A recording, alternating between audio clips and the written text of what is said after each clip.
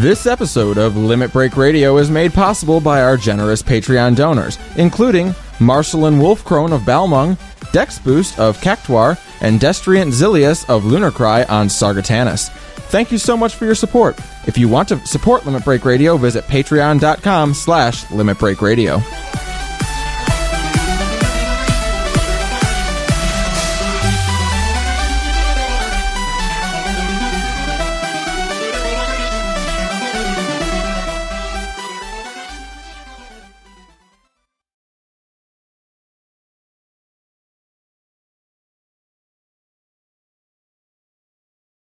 Live from Eorzea.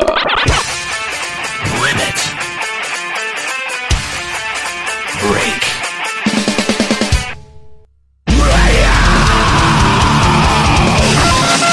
With your hosts, Nero.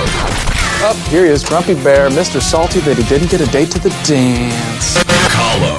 You, though, I'd film the shit out of you. Juxtaposition. Hilariously derailing one-liner. Ascalia. Animals! You're all just animals! And Mika. I hate to pop your blimp-like ego, but you're not perfect. LimitBreakRadio.com. 5, 4, 3, 2, 1! Welcome to Limit Break Radio, a radio really exciting. Re-spoiled. A radio really early. Really, yeah. We are significantly early today. I was told there'd be coffee and donuts. There aren't. Well, there's Mountain Dew and Alfredo, so deal with it. Yeah, that's what you get. I don't know why.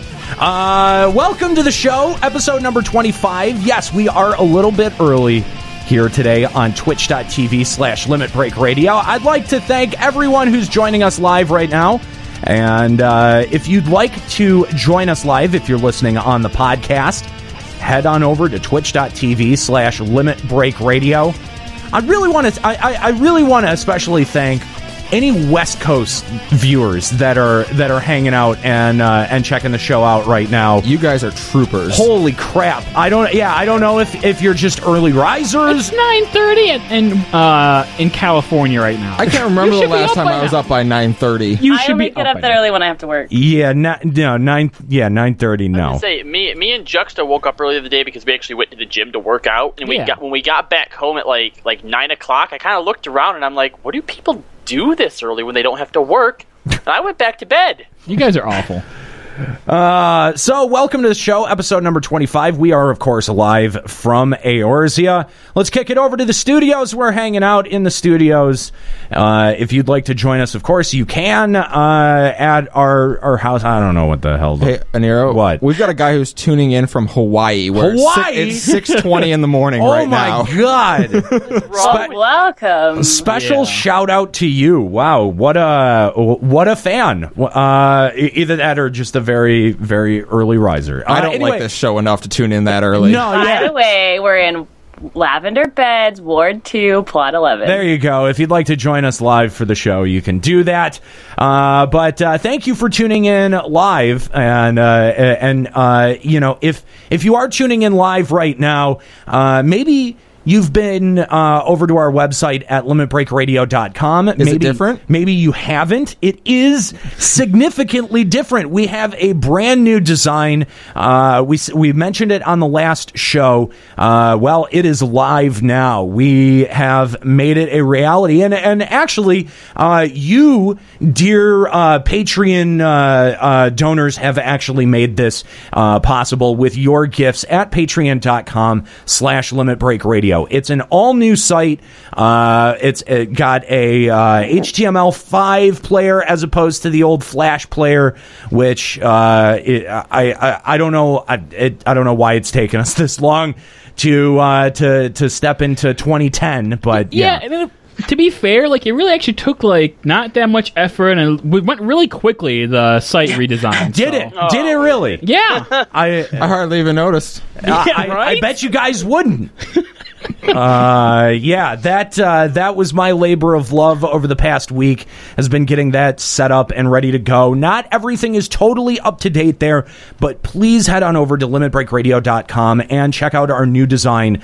It's really slick. It's very easy to navigate. It's really easy to find our old content, our archived content, and give us some feedback. Hosts at limitbreakradio.com. Let us know what you think of the new site. And thank you guys for your generosity at patreon.com/limitbreakradio for making this happen.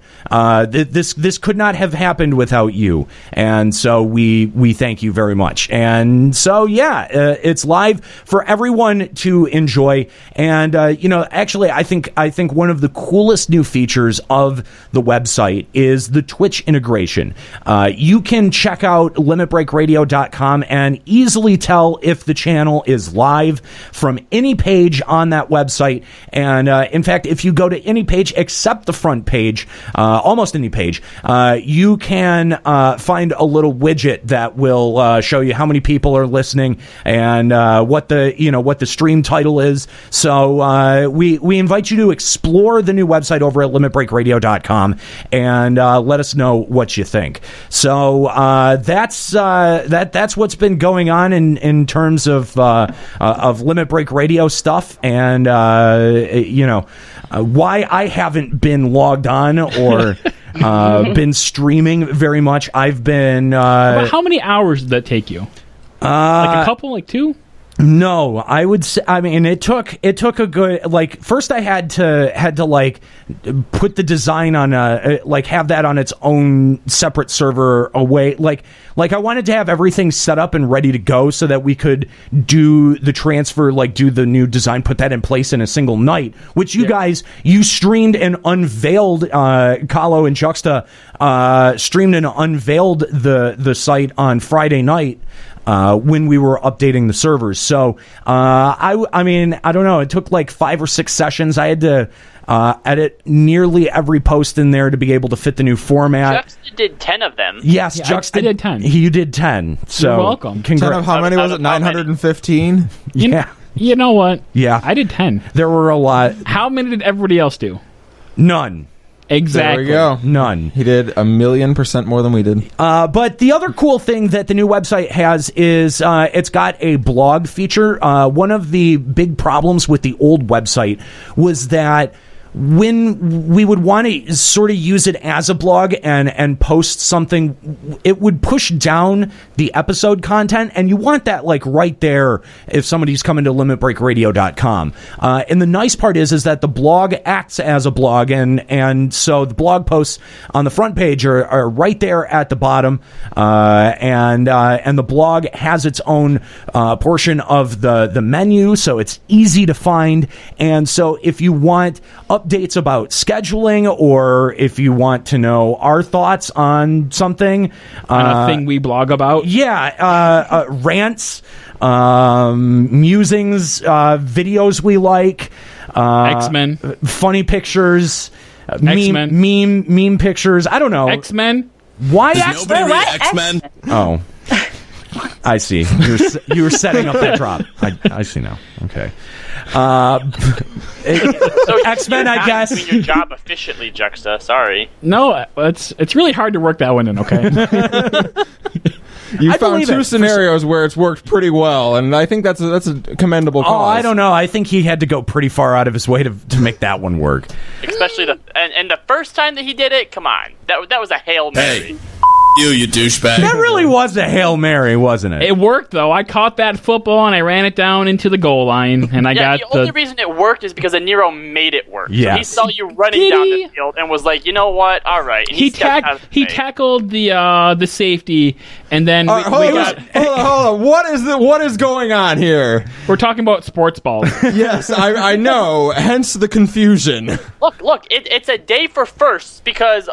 What is this, Nero? What is walking all over our desk? What do you mean? There's a lot of shit that's walking all over our desk. That's Frederick that's drinking up Kalu. No, if you notice, okay, my nutkin is behaving on my shoulder.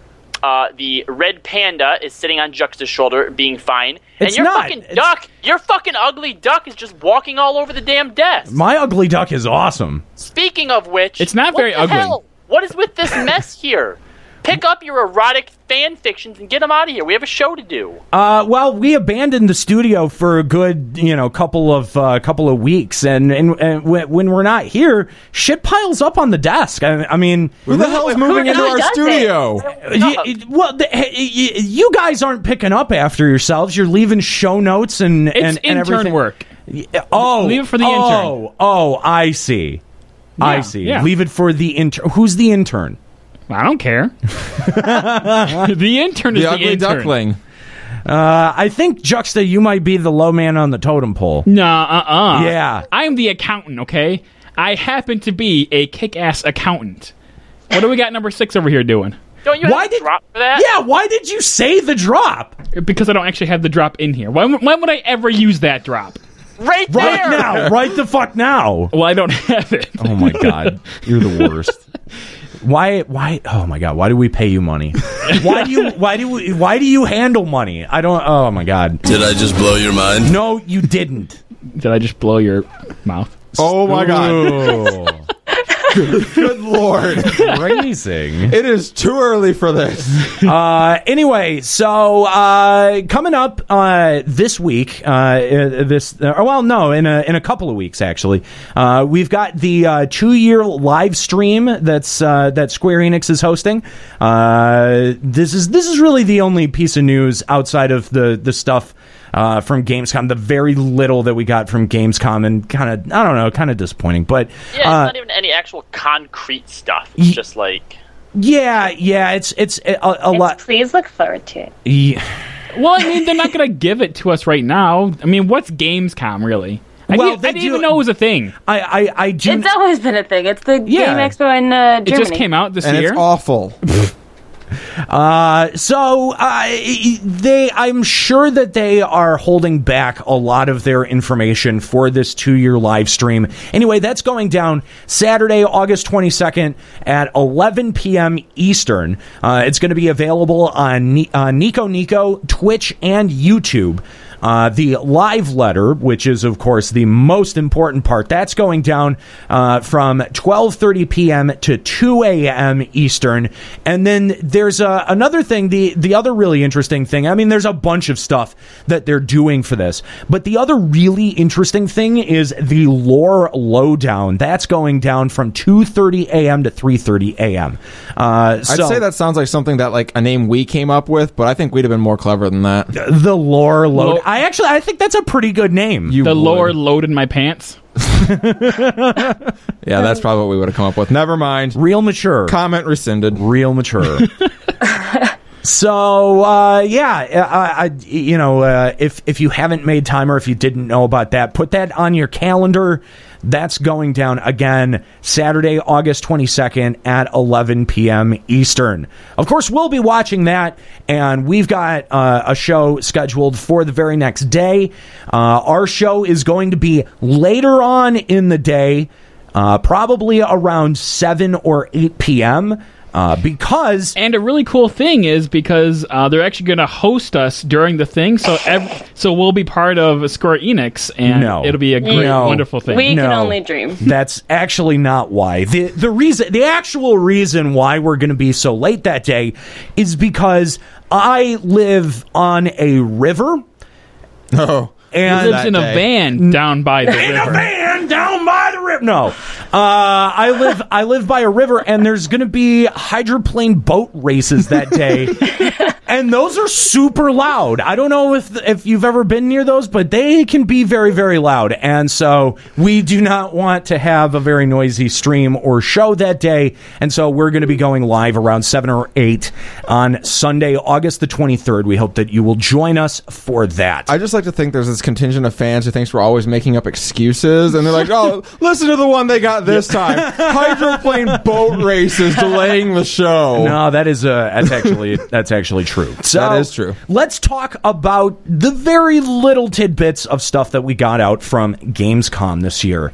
The first being this very interesting T-shirt that Yoshi P was wearing, which is actually spoilers. I need one. Which is actually the inspiration for the theme of today's show. We're going to be talking about the story of Heavensward. So this show is going to contain spoilers. If you have not finished the story for 3.0 yet, what have you been doing? You should stop now. Pause now. If you're listening live, bail out now, because come back and listen later. The spoiler embargo on Heavensward content has been lifted, and it's officially been lifted by Yoshi P. The show sheep. What was the T-shirt? It was the I Miss Orshafont T-shirt. It said never. Yeah, I'll always remember. That was it. It says always remember, and then hashtag never forget. And I had a picture of hearts and farts on it. He'll be missed. And why'd you kill him, you dick? Hearts. Never forget. I will never forget. So do you think that this is an indication that Hearts and Farts is truly and once and for all a character that will finally be dead and stay the fuck dead? We buried him in his grave. Yes, but zombie Orshafont. King 4.0 zombie takeover. Hey, a lot of people have died and come back. This season rips off Game of Thrones. Next season, Walking Dead. And buried them in graves. No. Well, did we actually really see the grave? Did we see the body? Yeah, you can actually go visit it. No. You see the grave stone, but you don't actually see the body. Yeah, I demand to dig up his body. He dies, and you take it back with you. You have to assume. Did you check that's his pulse? Because apparently you have to do that to confirm people are dead in this story. I don't remember doing that. Guys, hey. Remember how we saw remember how we saw the Sultana die too? Yeah, okay, sure. But we didn't bury her. No, we didn't see her die. We saw her drink and fall over. And be unconscious. Orshafont does have a pretty big hole in his chest. I'm die. Just saying. I'm quoting us from the last time that we sat around and talked about story, that we saw the Sultana die. We know that she's dead. We don't know that the Scions are dead. We didn't see them die. We know the Sultana is dead. Those were our words. I'm pretty butthurt about it. We jumped to a lot of conclusions, and I don't know. I you know, when fool me once, Yoshi P. Never again. I can never again trust a character as made dead. a good point, though, that Hildebrand was buried and did come back. Yeah. Nero, there are a few things that when happened, that when Square Enix does it, I think it's safe to assume they're not coming back, all right? First and foremost, when you are placed in a lake and you sink to the bottom, you're not coming back, okay? And I would like to add to that list, when you are Hashtag Midgard-Stormer. When you are speared, he didn't sink to the bottom. When you are, way to move the goalpost. And you cough up blood. He did say not sink. Coming back. He did say sink. I just assumed his bottom hit the bottom of the lake and his top was still open. I sincerely hope in the remake that she floats. Just saying, for no reason. And Cloud kind of tries to push her down.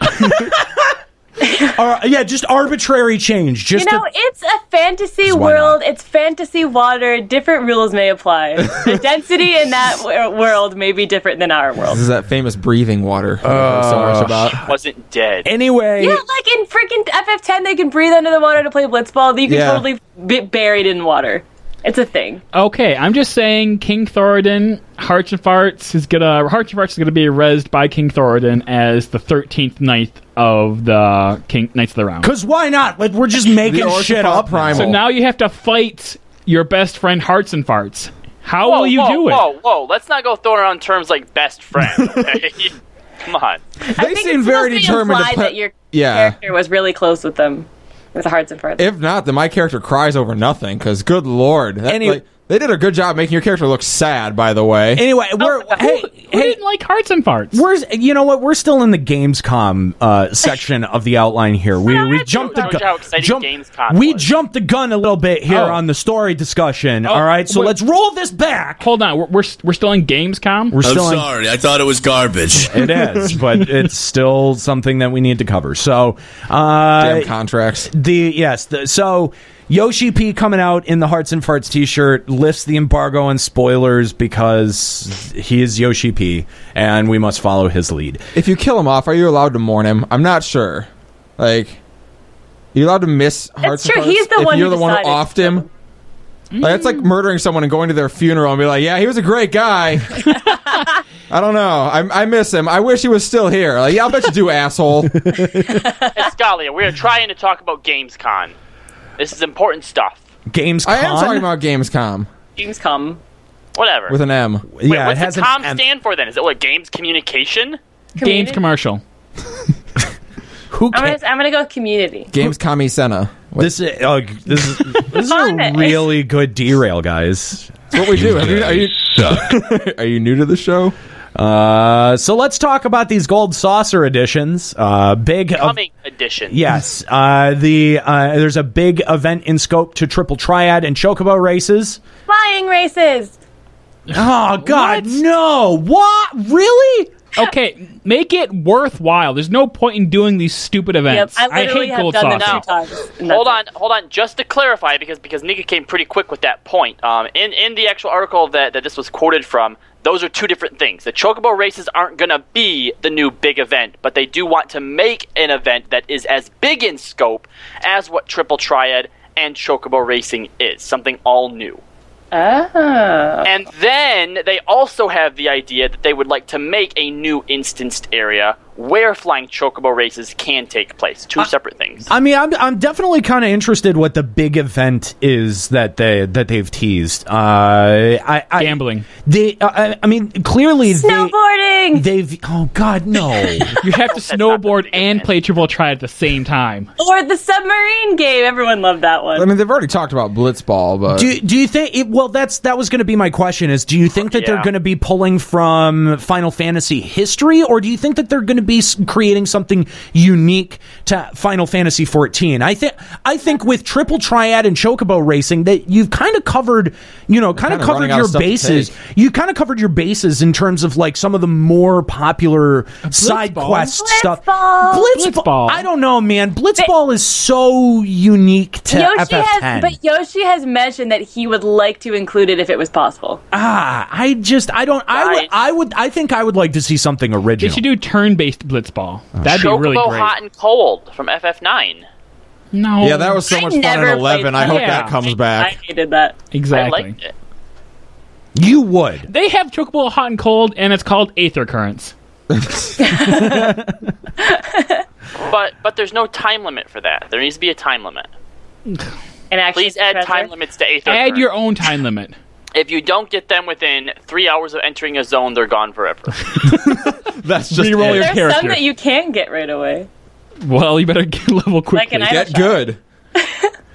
So there's also going to be new rewards and prizes, obviously. So that's cool. New glamour stuff. New expensive mounts that none of us can afford. Yeah, unless we win the lottery. Can they make it good rewards that I want to actually work for? Yeah, or something. There was really only a few things. Be, Juxta? I don't know. Like a new minion. Truly, there was really not much that I really liked. The Setzer glamour and the bunny suit. And okay, but I am still trying to get that fucking Zidane card from Gold Packs. I have gotten three Warrior of Light cards. 3. And I have gotten 0 Zidane. That's how much this game hates me. Nika, did you know that I have both Warrior of Light and Zidane? Fuck you. Nika, did you get Ravana? No, and I also still, again, run Aerie even though I've leveled past it and have not gotten Nidhogg. I swear to God, this game... I have Nidhogg! Die. Okay, this is what I need from Triple Triad and Chocobo Races. I need stuff that you can only get from doing that, not stuff you buy with Mandeville Gold Saucer points, because I'm just going to buy my little scratch-off tickets every day and slowly work towards it. I thought some of the weapon glamours were kind of cool. I was gonna say, yeah, like, what else? Besides glamour, pets, and mounts, like, you can't put actual, like, progressive stuff in there. But what he's saying is something that only comes from Chocobo races, because if you can get MGP from every single event, you're just going to do, like you said, the scratch-off tickets to get the glamours and the mounts and stuff. That's true. Whereas if the glamours and the mounts come specifically from, like, winning, you know, like how they have the Frontlines ones, like, win 200 Chocobo races, get a unique Chocobo mount. You know, honestly, the more we keep running into things like this, I really think that a lot of things are not properly incentivized in this game. That seems to be a reoccurring theme. It is. I for all of the things that are well designed about Final Fantasy XIV, I'm just not sure that the incentives have been completely thought through and are at best short-sighted. Winner gets a house. World Triple Triad Championships. No, okay, this is what they should do for, like, Chocobo races. Like, have, like, some kind of big tournament thing that you can only win, like, once, like, every week or something. And then whatever drops from there, like maybe a minion or a mount barding or something, make it not binding to you so that you can sell it in the auction house. And now you have the same thing they have with the treasure chest hunts. Now you have, like, an actual reason to do it because then you can sell it for a gil. Yeah, that's and then the people who don't want to bother with Chocobo races can still get that shit if they farm the gil. And then make gil worth having. Exactly. I agree with that, but this game has not ever followed that formula, and a lot of MMOs do. Like, you know, the PvP gear is so exclusive to PvP to make you want to do PvP, but people don't do it anyway, and no one can get the gear, so... Oh, no, the problem with PvP gear is that it's completely worthless. Like, the PvP stats don't work in PvP. Glamour. It is glamour. It is even the highest eye level stuff. It's just glamour. But I mean, I guess it's kind of like, you know how we were talking about there was nothing in this game that you can look at a character and know, oh, like they're really cool, like because they have a relic or something. But I guess in this game, PvP gear, if you see someone with it, it's kind of like an achievement. Yeah, I mean, because they have, you know that they've had to put in the work to get the rank, but that's it though. Yeah, and you know they removed the a lot of the rank requirements from all of the old tiers of gear, which is fine. I don't know, man. An entire expansion, I think that's okay. I mean, I was kind of butthurt about it, but it's fine now. I mean, now you have that. You have the new ones to work towards. I'm not. The problem is that it looks ugly as shit, but whatever. I'm sitting here with my body piece glamored to the PvP, the Dark Knight PvP set. But honestly, had they kept that rank requirement in, I probably would have been grinding a shitload of PvP to get it because I really like that body piece. Well, that's just the problem then. You should be wanting to grind to the next one, which makes it even look more awesome. But it doesn't. It looks like shit. Yeah. And that's not just PvP. Point taken. How much gear in this expansion looks particularly great? Because like the Alexander gear looks like ass. My AF3 is not impressive. Like I don't know. I think a lot of the helm is cool, but the body looks like. The Dragoon stuff you don't like? Not the body. I haven't. Have you seen it on? Okay, maybe the Dragoon. The Dragoon shit is great. You know, it looks good. I don't know what the fuck you're talking about. It looks good on male characters. Like it looks like ass on female Elizin, and it looks like ass on Mikote's. So, Aniro, this is probably the time I should tell you I'm switching over to a male Elizin. Have fun with that. That's okay. I mean, like, even, like, the Ninja, like, AF3, like, when I first saw it in that awful grainy video, I'm like, whatever. It looks like a Ninja, but now that I've seen it, like, high res, I'm like, this shit looks really good. Yeah. The AF3 looks really great, like, all of them, except for Summer. I'm not... Black Mage is terrible. I'm sorry, it's terrible. Which is the remind me, what's the Black Mage again? The hat looks like you took like a straw roof off of like an old house from the medieval ages and just put it on your head. It's terrible. It's all like fur and it's bad. It's so bad. All right. I believe you. I won't bother looking it up, but I believe you. I of course really love the Dark Knight set. The Dark Knight set is fantastic. The Paladin set's pretty cool too. I like the Paladin one too. Yeah, the Paladin does look pretty goddamn great. I keep hearing people say like the sword does not look good or something.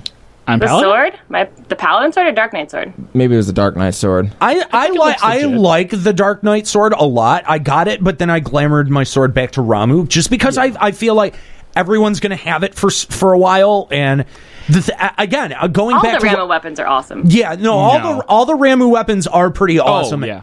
But as I said on the last episode about glamours, is that what I like about my glamour is to be pretty unique. And so if I see a piece everywhere, I sort of feel like, nah, I don't really want that. What about the Baldur sword in Nero? Do you still want that? I mean, I've never gotten it. I've run, I can't tell you how many dungeons. I got it yesterday, but I turned it in for points. Yeah, I've never seen it drop. So I mean, have that one too. I feel like the Dark Knight esoteric weapon is just really bland. I mean, it looks good, it looks fine, but it doesn't scream relic to me. Just like the ninja ones. I don't know. It's glamored over the Dark Knight one is really subtle because it has this very subtle glow running through the middle when you unsheath it, and it's pretty. I don't know. It's pretty legit. Does the Dragoon Lance to you just look like a crab pincer on the end? Am I the only one who sees that? Because that's what I see whenever I look at that stupid ass weapon. I pinch. Yeah, exactly. I feel like I'm getting ready to squeeze someone's butt or something. Crab battle. Is anyone else really hate the fact that we have esoteric weapons? Because now you have to wait even longer to get esoteric glamour. I hate that you pronounce it esoteric. That's what I hate. Yeah, it's esoteric. Esoteric. ISO? Also, it's the same as having Ironworks weapons. Yeah, kinda.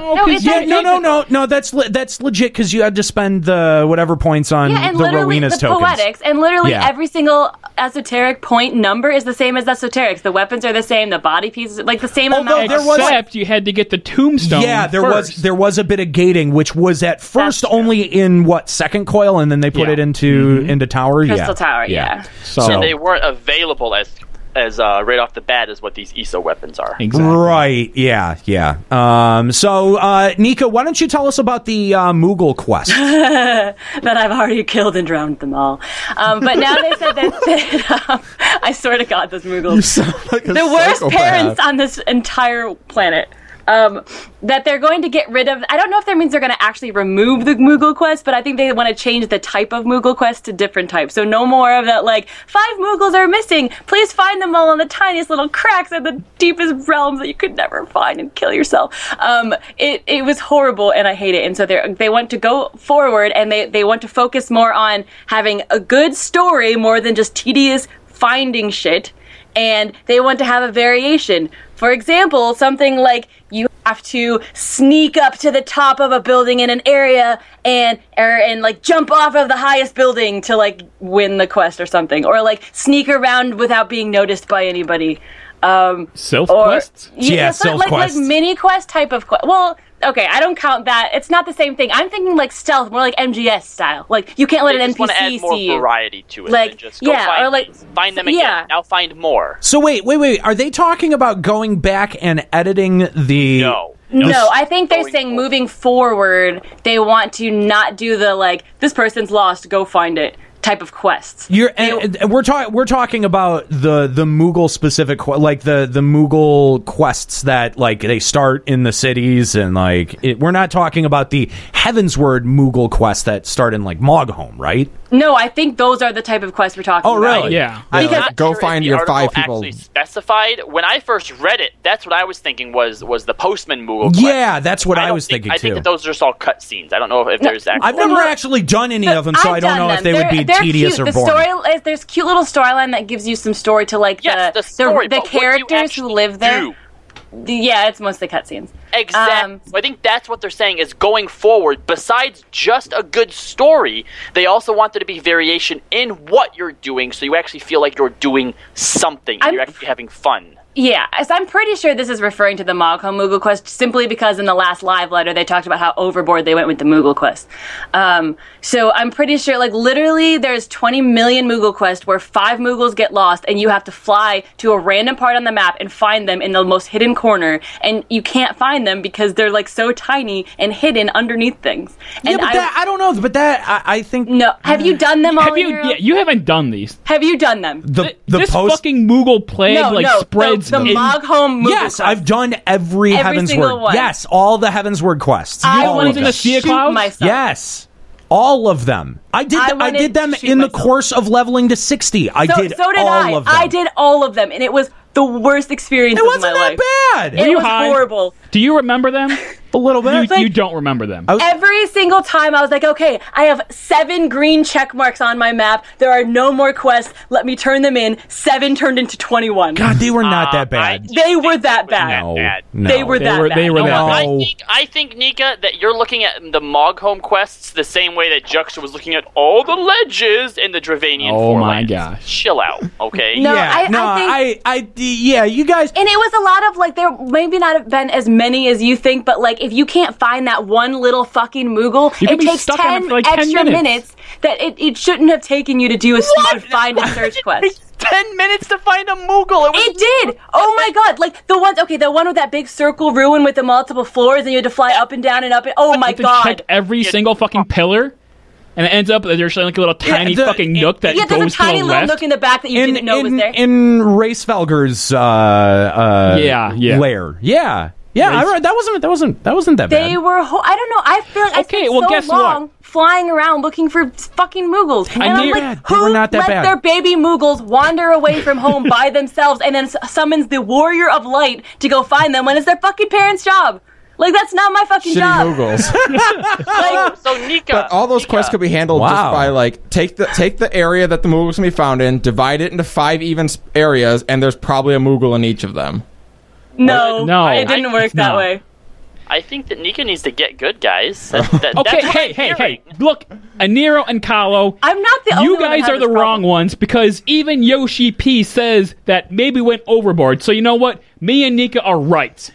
No, Like, they the were majority of people have the same exact complaints we have. Oh, I'm not saying this is the problem. This is tarnishing the Moogle lineage because everyone hates Moogles now, and Square Enix does not want that. I'm not. I know. I tell you, I fed every single Moogle to the dragons and have no regrets. That's actually true. Between Moggle Mog and the Mogholm quest, I do dread anytime I see a Moogle on screen now.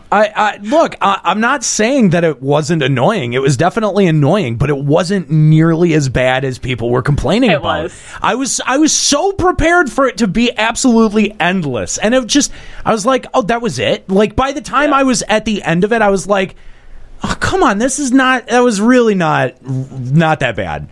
I don't know if maybe I just took a long time to do them, but I swear every single time I was like, I've done all the quests, I turn it in and 3 more pop up every single time. Like, and that went on for hours and hours and hours. Anyway, so the first major decisions have already been made about Final Fantasy XIV's next expansion. Here's the quote. The team has already fixed what world it's going to be and what the special feature or focus will be. The first task for 4.0 is to draw the storyboard for the next opening scene. You maybe still remember the opening scene of 3.0 with the dragons. I have written the concept for this storyboard a year and a half before launch. Right now, I have time for the next one, and the end of the 3.x scenario is already fixed too. And the next expansion is a year and a half away, ? So I don't know, I think that's pretty exciting. What's really interesting about that opening scene for Heavensward is that isn't the dragon that's featured in that, like, we never actually see that dragon anywhere. Ever again? Ever, yeah. And it looks sort of like what Racevalger is supposed to look like. It's like suddenly dragon on a bridge, and then let's move past that. I can't remember specifically what he looked like. So it wasn't Vishap?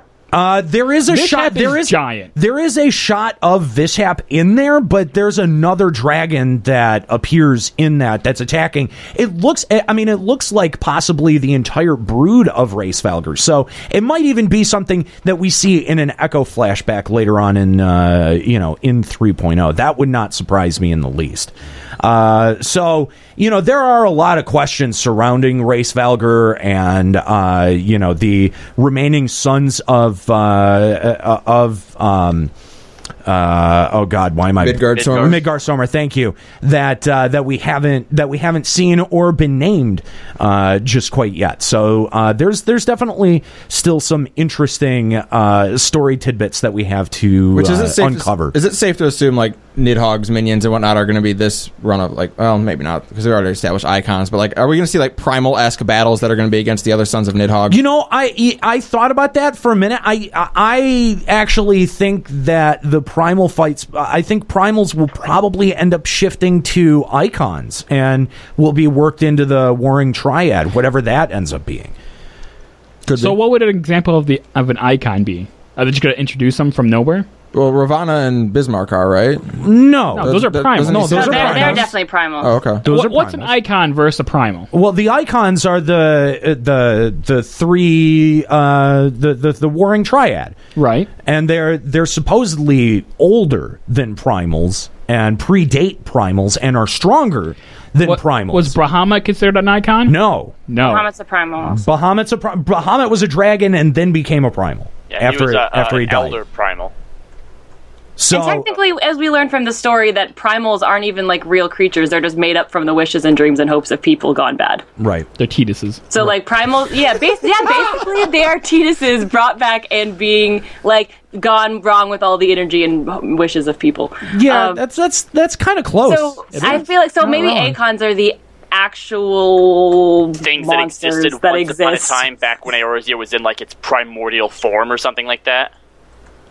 So yeah, like ancient, like primals that existed during the Allegan time. They are the old ones. We don't know all that much about icons. We don't know all that much about the Warring Triad. The most that we know is that the Archbishop went to the observatorium or whatever that is in Aziz La, and wanted to draw on the power of the Warring Triad to be able to do whatever his plan was, and we stopped him before he could initiate that. Okay, so and stopping him started to like the barrier, the thing that locks the Warring Triad. It started to break down as a result of that.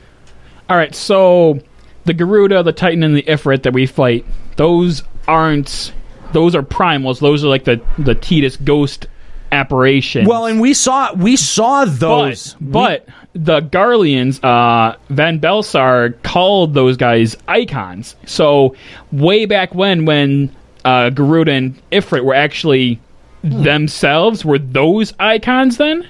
Someone in the chat was suggesting that icon is the Garlean word for primal. It could be. Yeah, I mean, that could be like the ancient word, and primal is kind of like our modernization of them.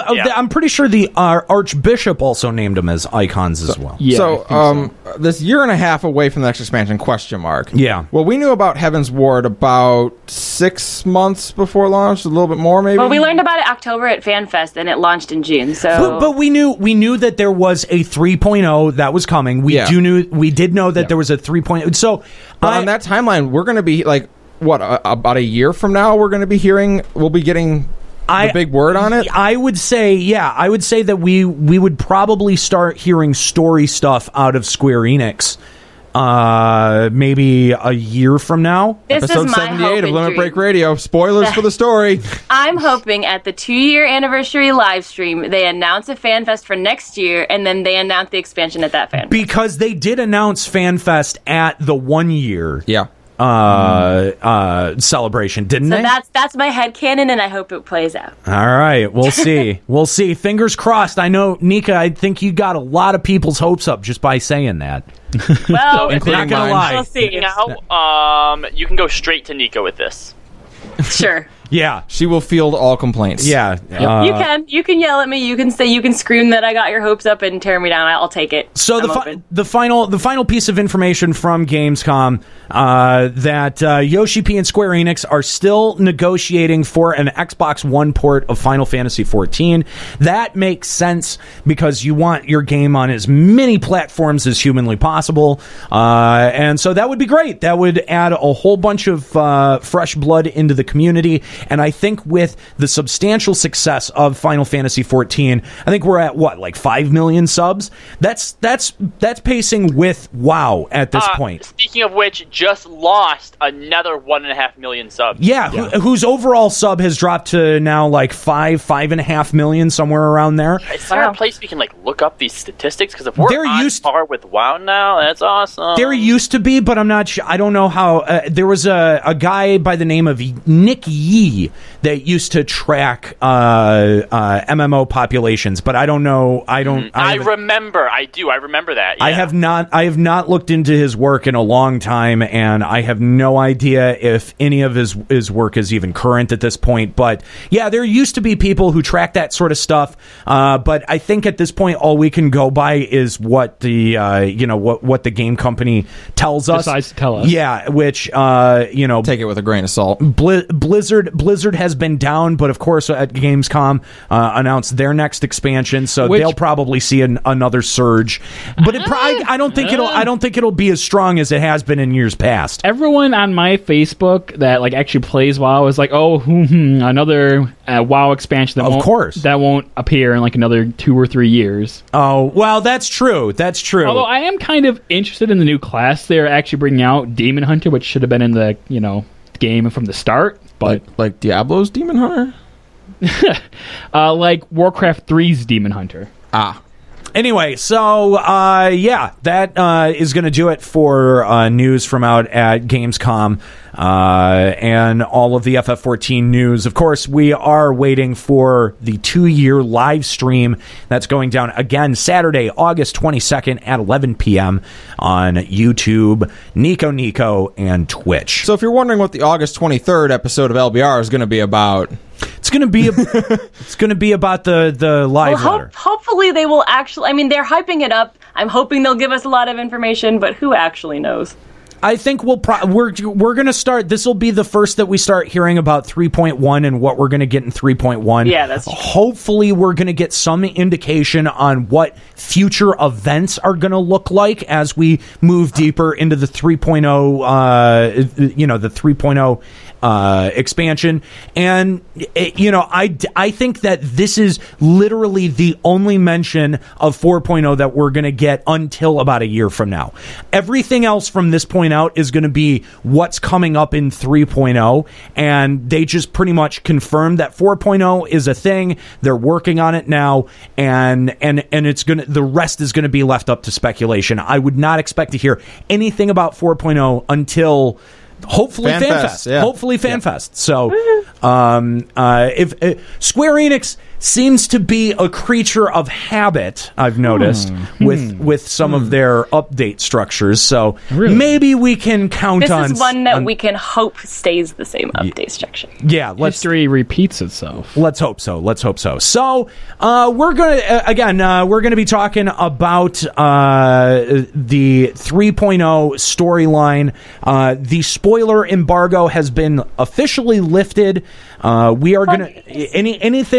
Anything in 3.0 that you guys want to talk about, you can give us a call at 810-515-8715 or send a Skype message to Limit Break Radio. If there's gripes that you have, complaints, stuff that you really liked, story arcs that you really liked in Heaven's Word, let us know. Share your thoughts, share your feelings, and give us a call here on Limit Break Radio. But let's talk about Heaven's Word and the overall story. I liked it. There were parts that I didn't like. I have some serious complaints. Just a couple or a lot? A few. I have a few. I only have one. I've got one major complaint. I think I can kind of sum it up in a generalized sense for all of us, because I bet any concerns that we have is more from a scripting or writing standpoint, and overall the way that they presented the story was leagues and bounds of an improvement over 2.0. I agree. There? Here's my theory. All five of us. Is your biggest complaint with the story... Does it take place in Ul'dah? Yeah. Of course. I wonder. Yeah. You hit the Sultana on the head there. I wish. Okay, fine. Let's talk about the elephant in the room. Yeah, why not? It is something that happens very early on in the 3.0 story progression. I want to say it was probably the second or third. You're like level 52 when it happens. It's like the second or third detour that you take from Ishgard, from doing stuff related to Ishgard. Super quick. I mean, it really happens quick, and the biggest complaint is, of course, that the Sultana isn't actually dead. We spent an entire episode basically going, "Yep, she's dead. She's definitely dead," and laughing off people who said, "No, she's not dead. She's not dead." This is Square Enix bringing you the very best of status quo. And it's not that we don't like the Sultana. It's just that from a writing standpoint, it would have been a lot bigger of like a feelsy like turning point twist if they left her dead. It cheapens death. It cheapens death. It makes it extremely cheap. Yes. Which is why 10-2 sucks and FF10 was better. Because it trivializes the whole game. There was a lot of reasons why 10-2 sucks. Okay, but I'm talking from a scripting standpoint. It's the same thing. When something hits you so hard in the feels, you don't see it coming, a major character dies. It can change the entire, way the entire story plays out and the way that your character progresses emotionally and for the rest of the story, and then they're like no, that in this world everyone lives. Yeah, no, and I totally agree with that, and obviously we drew a lot of comparisons to Game of Thrones with the end of 2.5, and the more I think about it, I actually think that Game of Thrones also cheapens death because it makes it so common that you can't attach yourself to any characters there. But Square Enix doesn't do that. I mean, Square Enix makes you really connect with the characters that they write into their stories. And so, when you make your entire community erupt with, "Oh my God, no, the feels," why would you not ride that out, man? It's Saz in 13 all over again. Do you think? I think Orshafant is becoming a well-liked character, but I think he's more well-liked because he died. No. I think so. I agree. When beforehand, I was like, "Oh, is this guy?" Oh, it's cool. It's Orshafant. He's here. Yeah, we made fun of him. We called him a bro, but when he died, it cemented him. Then he dies, and your character starts crying, and you're like, when did they learn to make characters look sad properly? I didn't realize my character was that close to Harshenfont, and I actually had to go back and look up when we had talked to him before. Yeah. Absolutely. Our beneficiary's mom is heartbroken over it. She's like, "Remember the time he gave us hot chocolate?" But we make fun of her for it, and our beneficiary is still broken up about Thancred. If you bring up Thancred at any point, she's just like, "Shut up, stop it." But Thancred's coming back. Yeah, I'm sure he will. And that's the point. And they're all coming back now. I have no faith that any of them are dead anymore. Yeah. That's the reason, is that let's get real. We know that none of the Scions are dead. Oh, okay. Obviously. If Nika wants us to, guys, we'll get real now. No, as much as it would be maybe one of them is that none of them are dead. We know. And the thing is that they had so much potential to keep Nanamo dead, and they failed. I sort of feel like Hearts and Farts. Yeah, Hearts and Farts is only really memorable at this point because he died. If he had lived, it would have been like, oh yeah, he's he's part of the new Scion crew and whatever. He falls into the mix. But he suddenly gets rocketed to Kurt Cobain Final Fantasy XIV status because he died. The chat is saying no one cares about Moon Breeda. I care about Moon Breeda, okay? I was actually just about to hit me really hard. No, hold on. I was about to bring her up because actually I think that Moon Breeda and Hearts of Hearts sort of fall within the same category, but no one really... Okay, yeah, you care about her, but no one remembers her. No one's saying #always remember Moon Breeda, are they?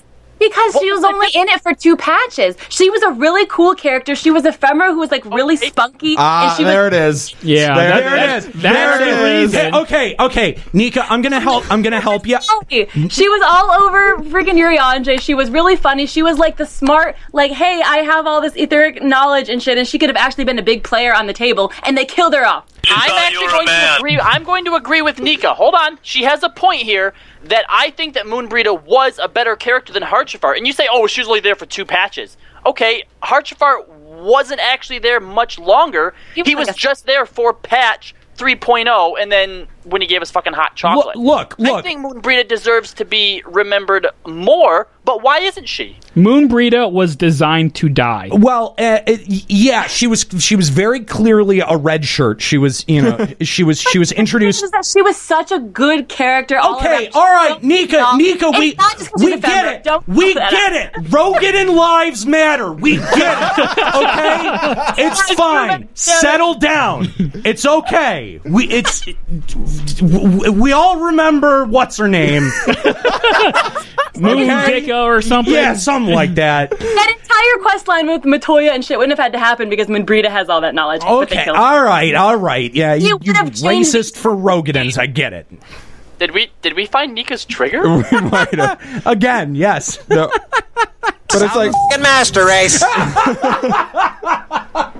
But they had like another thing with Orshifon dying is like I completely forgot that Iceheart bit it too. Oh, yeah. Completely overshadows Iceheart eating it. I don't know, man. The Iceheart's death touched me, man. That was like... But you didn't even bring it up until after Hearts and Farts. Iceheart has been my girl crush this entire game. I am so... Hashtag remember what's her name. Fart? Yeah, I know. I felt that way more. And I didn't see that coming either. Like, everyone was like, oh, the Vault cutscene, the Vault cutscene, the Vault cutscene. And there's actually something that Harchafart says prior to Emmerich being arrested that I'm like, oh, he's dead. He was talking with his father, and he said something about, a knight's greatest honor is laying down his life for those, that like he's closest to or whatever. And I'm like, well, you're dead. He's dying. Yeah. So I kind of saw it coming when we were running out. I'm like, oh, this is where it's going to happen, isn't it? But the whole Iceheart stuff, nobody said anything about that. Like, oh, that awesome cutscene going into Aziz's Law. So, like, suddenly when she comes out of nowhere riding on Razorville Go, I'm like, whoa, what the fuck is going on here? My mouth was like a gasp the entire time as I'm watching this. I did not see it coming. Such a badass, like, fight scene, too. I was like, oh my god, what? I did not see it coming, and like the stream, I'm on stream as I'm finishing up the vault, and someone comes onto the stream and is like, "Oh, it's this part," and I'm like, "What does that mean? What do you mean it's this part? Hey, you can't just say that." Look, this is all I'm going to say about Moonshine or whatever. The thing is, how many Rogadin main characters are there? And the first time, like, we actually get like a Scion that's Rogadin gets killed off. That's what Square Enix thinks about Rogadins. Really, you had to derail away from Iceheart just to jab at Nika again?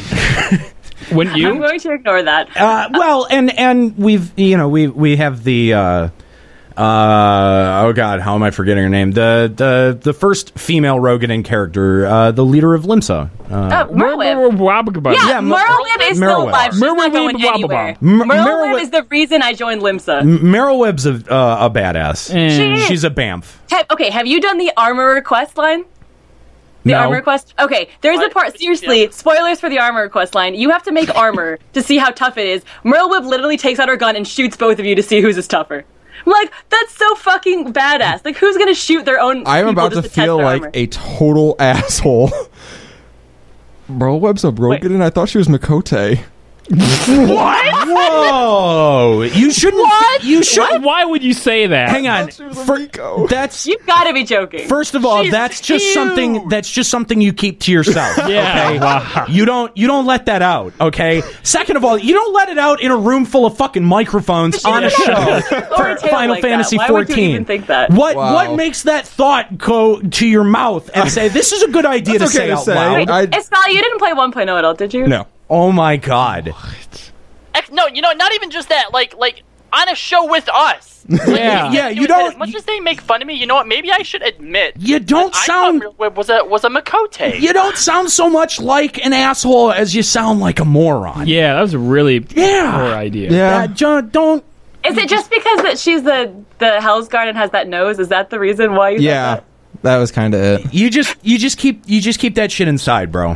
Can I bring up something really quick? And actually, people can go back through our archives and find these. They can find me and Nero's reaction to the Harchafart cutscene. Right? This was a Nero's reaction. This is probably one of my favorite things of the entire expansion and us streaming. Everyone's watching with bated breath as he's doing this cutscene. He's just kind of sitting back, chilling in his chair. When Harchafarts get struck with the thing, Nero's response is, "Ah, snap." Holy shit, totally forgot about him. It's all quiet and everything. He spits up the blood. His character's mask is removed. He's being all like, sad and like crying and stuff. And then De Niro, peace out. and I forget who it was in the chat, but someone's like, "What? I'm over here like spilling my heart and soul onto the ground, and all you can say is peace out, hearts and farts." Did you see the last episode of Final Encounter Cast? Nero doesn't care when people die. That's true. He cared when Iceheart died. That got to you, didn't it? No, well, okay, but some people were saying also, Iceheart did not have a funeral. We don't have a body because she went to the ether. What do you want to bet? She comes back. She comes back. She probably does. But here's the thing. I don't think it was necessarily her death. Her death was very well presented. The thing that really got me about that cutscene is going back as far as the opening cutscene for 1.0. There's this moment that happens where your character is scooped up by a Garlean airship, like those small airships, and you're taken into the battle in the skies where Midgar Somer appears and defeats the Agrius. So from as early that was the thing that was teased so early on in the development of this game, and I saw that and I went, fucking bullshit. There's no way that an MMO can ever deliver that kind of experience to me. There is no possible way that the narrative quality could be like that the graphic quality could be like that I could feel that my character is as connected and a part of a battle that is happening like that. No way that could ever happen in an MMO. And with that cutscene, I ate my fucking words. I ate my words from 5 years ago. That is one of the most impressive cutscenes I've ever seen presented in an MMO ever. Definitely. Yeah. I have so many screenshots of that. And the reason is that it really gets you that in the story they mentioned that Iceheart is one of Heidelin's chosen. She had the Echo, and she's basically you. Right. But she ended up she twisted her way about going things, and she became corrupted and became a primal, and she went about her goal the wrong way, and because of that, she became like a fallen warrior of light, more or less. But in the end, with her death and her kind of like heroic way of sacrificing herself, she kind of like redeemed herself to Heidelin, I think. Maybe a warrior if she of does darkness? come back, that would probably be the reason, but Lady Iceheart was actually probably my favorite character of the expansion so far. I mean, okay, Estinian was a badass, but he's really stubborn, and I really like. Not just that, he was one-dimensional. Like the whole time, it's just like, I'm a Dark Knight, / wrists, even though he's Dragoon, totally a Dark Knight. But whereas like Lady Iceheart, you actually saw go through several different changes, like that first cutscene with so Ra's cuddly. Belgor, when he talks about Lady Shiva, and you get to see all those cool murals and stuff, and just, like that whole exchange at the Pinnacle or whatever. Yeah, not the Pinnacle, but yeah, out there in the Zenith, at the Zenith. Yeah. Those cutscenes, like. Ysayle falls into deep depression too. She stays there and like literally falls apart, and I felt so bad. And then I know because her whole faith structure has fallen apart in front of her eyes. Just been shattered. Yeah, like when was the last time in this game that we saw that much character change and progression in one moment like that? Great point. No, you're right. You're absolutely right. And so much of that was like it was implied and not explicitly drawn out like that. Really great, but they could have like expanded on that even more, because for a while Lady Iceheart just kind of vanishes, then boop, she's back now for that cutscene, which I think helped to really like surprise you and drive that home. But no, I thought like for me, Lady Iceheart gets the MVP for 3.0. And she likes Moogles. Oh my god! But you don't like Moogles. But so you can't connect with Ysayle. It's not that I don't like Moogles. It's I got sick of Moogles. You murdered them. You want to murder them. But if I'm talking about like character, that they made the point that in between each quest, if you talk to every character, their dialogue changes, and like you have to actually go out of your way to talk to Ysayle every single time to see her love of Moogles grow, and it's really and she doesn't like understand it. She's like, why am I feeling this way? They're so they're so fluffy. Fluffy, I don't understand. Do we have to leave already? Like, it's so funny. So she was easily the most multifaceted character. I mean, there was a lot of badass. I don't know. Estinian was also pretty multifaceted and also underwent a lot of character development. Okay, all right.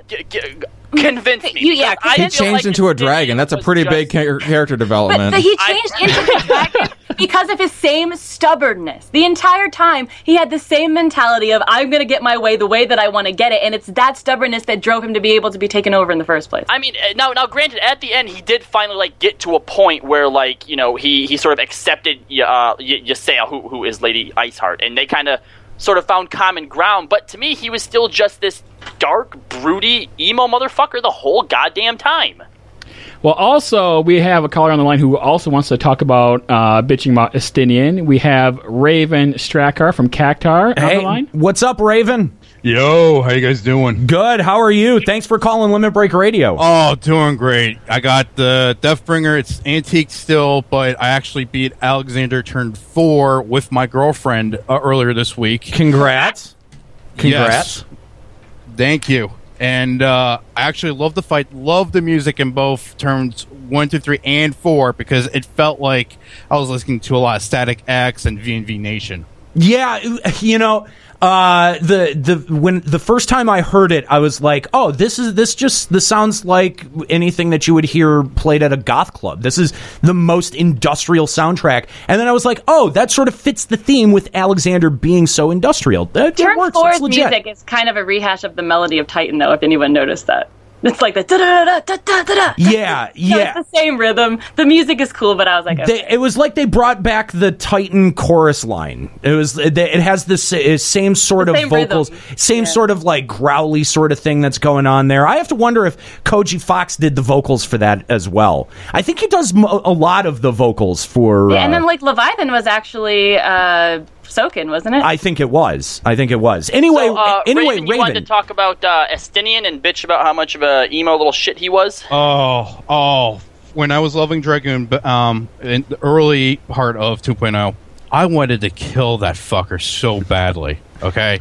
He succumbs to Nidhogg not just once, but twice, okay? You are a little shit, okay? And it's simply because he's stubborn and he won't, he can't expand his horizons to... Guys, one of the things you have to realize, all right, is there must always be a Lich King, a Nidhogg. There must always be a Nidhogg. Oh, yeah. And he's the one who killed Nidhogg. I mean, that counts for something. He's a badass. He is a badass, yeah. He stole without all of us. That was our kill. He was the best Dark Knight I've ever seen. By the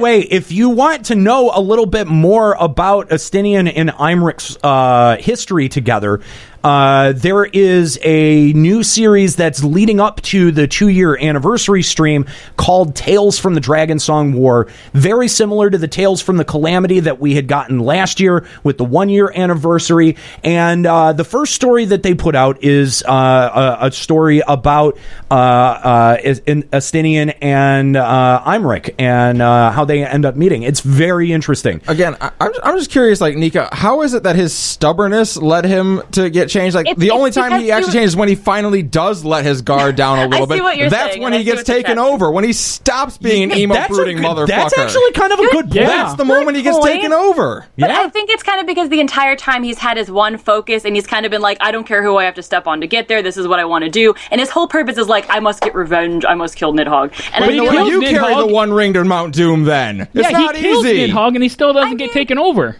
Frodo had to throw Gollum into the lava, or almost get thrown into the lava. He had to get both of the eyes of Nidhogg to corrupt him. That says a lot. Says a lot about your strength of will. But they actually explained something about it in the cutscene. I can't remember the exact reason now, but why he was more vulnerable than anyone else was. Because he was consumed by the same hate, and it led him to the dark side. There you go. It's the hatred. It was the hatred and his lust for revenge that had brought him in the same similar mind frame as Nidhogg. Whereas, like Ysayle wanted to do certain things too. She led that whole rebel legion or whatever, but like it was just something about his attitude that was kind of like, this is what I'm doing. I don't care. It made him the perfect host. Yeah, because he had that one-dimensional set for his lust for revenge, rather than where us as the Warrior of Light or whoever else kind of embraces friendship and embraces the fact that you can't do anything alone and that you need to, work together and be strong and whatever. Estinian worked together with us, but not reluctantly though. How many years was he holding on to this dark, evil energy that has been just, like, whispering, like, kill your family for, like, Well, I mean, that's true. I don't know what because every probably Azure does bad Dragoon things to holds your the psyche. eye, right? Like it's the Azure Dragoon's job to hold the eye. So I guess it could have been like being exposed to, Mako or I don't know, sin for so long that it just kind of corrupts you. But well, I mean, I think that the analogy to Lord of the Rings is pretty apt, where Frodo, as he continues to carry the ring, is more and more consumed by an obsession with the ring, and how Sauron can kind of speak to him. Yeah, that's a more apt control analogy. his will. Yeah, I think that's sort of what they were going for in terms of Estinian holding on to the eye of Nidhogg. Plus, it's 2 eyes is too much. Well, but plus there, someone has to be charged with the stewardship of that eye. It's a powerful relic. You can't keep it in one spot. The Azure Dragoon is the one that is designated to do that. It's not only an honor; it's a responsibility that person has to take upon themselves. That's a big responsibility. Just brought up in the chat. The entire half of when you kill whatever dragon, when he gets his armor drenched in blood and broken and disgusting, still by the end of the cutscenes, his armor is completely bloody or red. Can you imagine how stanky he must have smelled? The entire rest of the cutscenes, every time he would go away and he would be in Ishgard for 3 cutscenes and come back and still be wearing red. You don't know what dragon blood smells like. It could smell like daffodils for all you know. I mean, did you think he was more badass for wearing the blood of the dragon? Yes, absolutely. That was awesome. Point out that the ability. There might have actually been a point in a cutscene where he mentioned something about He had to fix it because his hole broke on his helmet, but he never did. He's like, I have to make new armor now, and he never does. Yeah, Estinian mentioned something about how it's a symbol now, and he can't wash his hands of it until the entire deed is done, or something like that. That's called honor, Nika. Let's point out that there is a Dragoon ability called Blood of the Dragon, and blood for blood. Yeah. There you go. Okay. Cal, that's an ability at level 34 that gives you more attack. Yeah, And it is a Dragoon ability. That was a good one. And every time he showed up still red, I don't know. I just felt repulsed. Maybe he washed it off and then just dyed his armor red because he's like, hey, that looked kind of fucking badass, actually. I'm going to stick with this. It perfectly lays out so that his entire arm, if it was blood spattered and you can still see some of the dark purple or whatever underneath, that would be kind of cool. But his entire arm was drenched. All right, so a little bit of symbolism is beyond Nika. Understood. Yeah, it's called symbolism. It wasn't just me, though. Every time he showed up, Sturin and these people in the chat are talking about it. Hazan was saying that, his entire... I just can imagine sitting next... No wonder Ysael didn't like him. Smelled... All right. He killed Nidhogg after Ysael left, though. I need to get everybody's opinion on something. I know how Juxta feels about it because we've talked about it, okay? But did anyone else feel like they took way too many kills from you as a character? I'll give the Nidhogg thing to Estinian, right?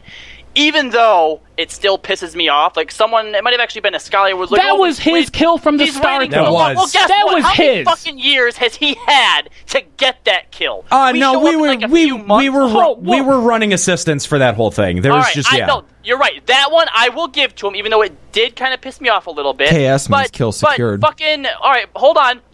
Thornton taking La Habrea from us. Fuck that guy. No, okay. Well, you know what? Maybe if you were badass enough to actually kill him assing, you could have killed him, but you weren't. But that's the thing. Did off the other assing. We had the aura sight. We had La Habrea and the chick in front of us, and we decided, I'm going to take out the chick instead. Come on. I'd have aimed that thing right at La Habrea and been like, fuck you. That was weird that we chose not La Habrea. Especially because La Habrea, possessed Thancred, and we have a real reason to hate him. Yeah, I assumed the reason we did the girl was because La Habrea was going to get away again. But then Thornton just shows up and... fuck off. No, although I do feel like that really solidifies his role in the story because I didn't they were kind of working together, and then it goes to show you that he was really kind of his own party, his own third whatever. Yeah. Yeah. So to me, I was kind of like, oh, he's actually gone, he's bigger than that. He's a god now. He can, do whatever he wants. But it was an interesting choice that it was Thoradin to take down La Habrea. I think that was a tad bit disappointing. But whatever. I mean, a dead Asian's a dead Asian. Fuck it. Mentioning people getting away. Okay, so in that cutscene with Orshafant, the running theme in this whole damn MMO is bad guy's plans are foiled, bad guy runs away, you stand there looking like an asshole while they walk away. the one time you actually like, no, we're gonna go get this guy, you run him down, fucking Celsius up there with his lance stabs Orshafant through it.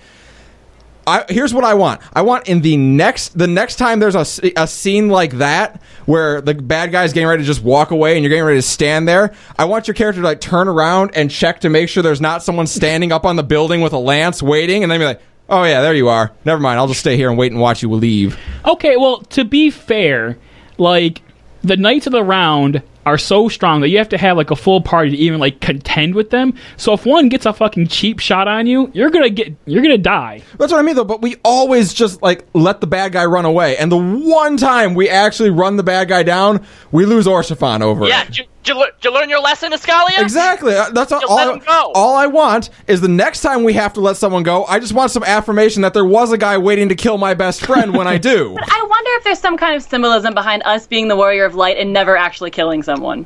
Yeah, like, you must always be a Batman. Symbolism, yeah, like, I don't know. I feel like cough, Dark Knight questline, or maybe it's just too much animation to do everyone's character models. I don't know, but I do feel like there's a lot of times where my character's just standing there where I would have just punched someone in the face. But yeah, but again, because Square Enix brought back the Sultana, I really feel like anyone who's been, and not just fucking, by the way, the Sultana, but Y'shtola. Let's unpack that fucking can of worms. I thought that was fine. There was nothing wrong with that. But bringing all of these characters back, like, death means absolutely nothing. Well, we never even for Hearts and Farts. I'm like, dude, he's coming back. He's gonna come back. I don't know about Hearts and Farts. I mean, we saw him die. The Scions, our character was off screen when they quote unquote died. Our character held him in our arms as he died. The only reason I was okay with Y'shtola is because we kind of saw her casting before she died. Like, it kind of hinted that maybe she did do something.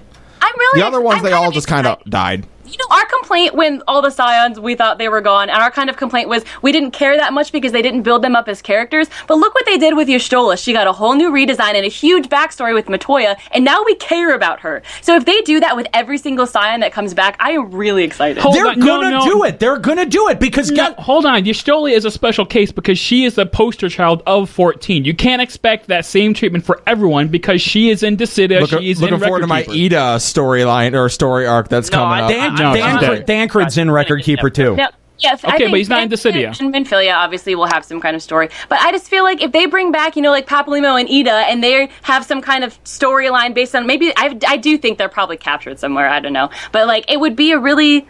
I just feel like every character's... Okay, first of all, Tataru becoming a Weaver means every character's getting a new outfit, which is good because everyone's outfit was like generic underwear in the first series. Well, hold on. Yida has like those armor pants, so yes, what is Tataru going to do about that? Yida's pants are... I hope I can teach Tataru to be an armor worker. I don't know. I think every character is getting... I mean, Alphinaud already got a redesign from her, and so did Y'shtola. Every character is going to get one. Where's mine? Sid didn't need one. I know. Sid got his own duds. They actually hinted that if Tataru ever makes an outfit for the Warrior of Light, not to throw it away. I don't know why they said that. Is Sid actually a Scion? No. He doesn't need Tataru's help. Isn't I thought he was he part of the other group? He's part of Nora. Yeah, Nora.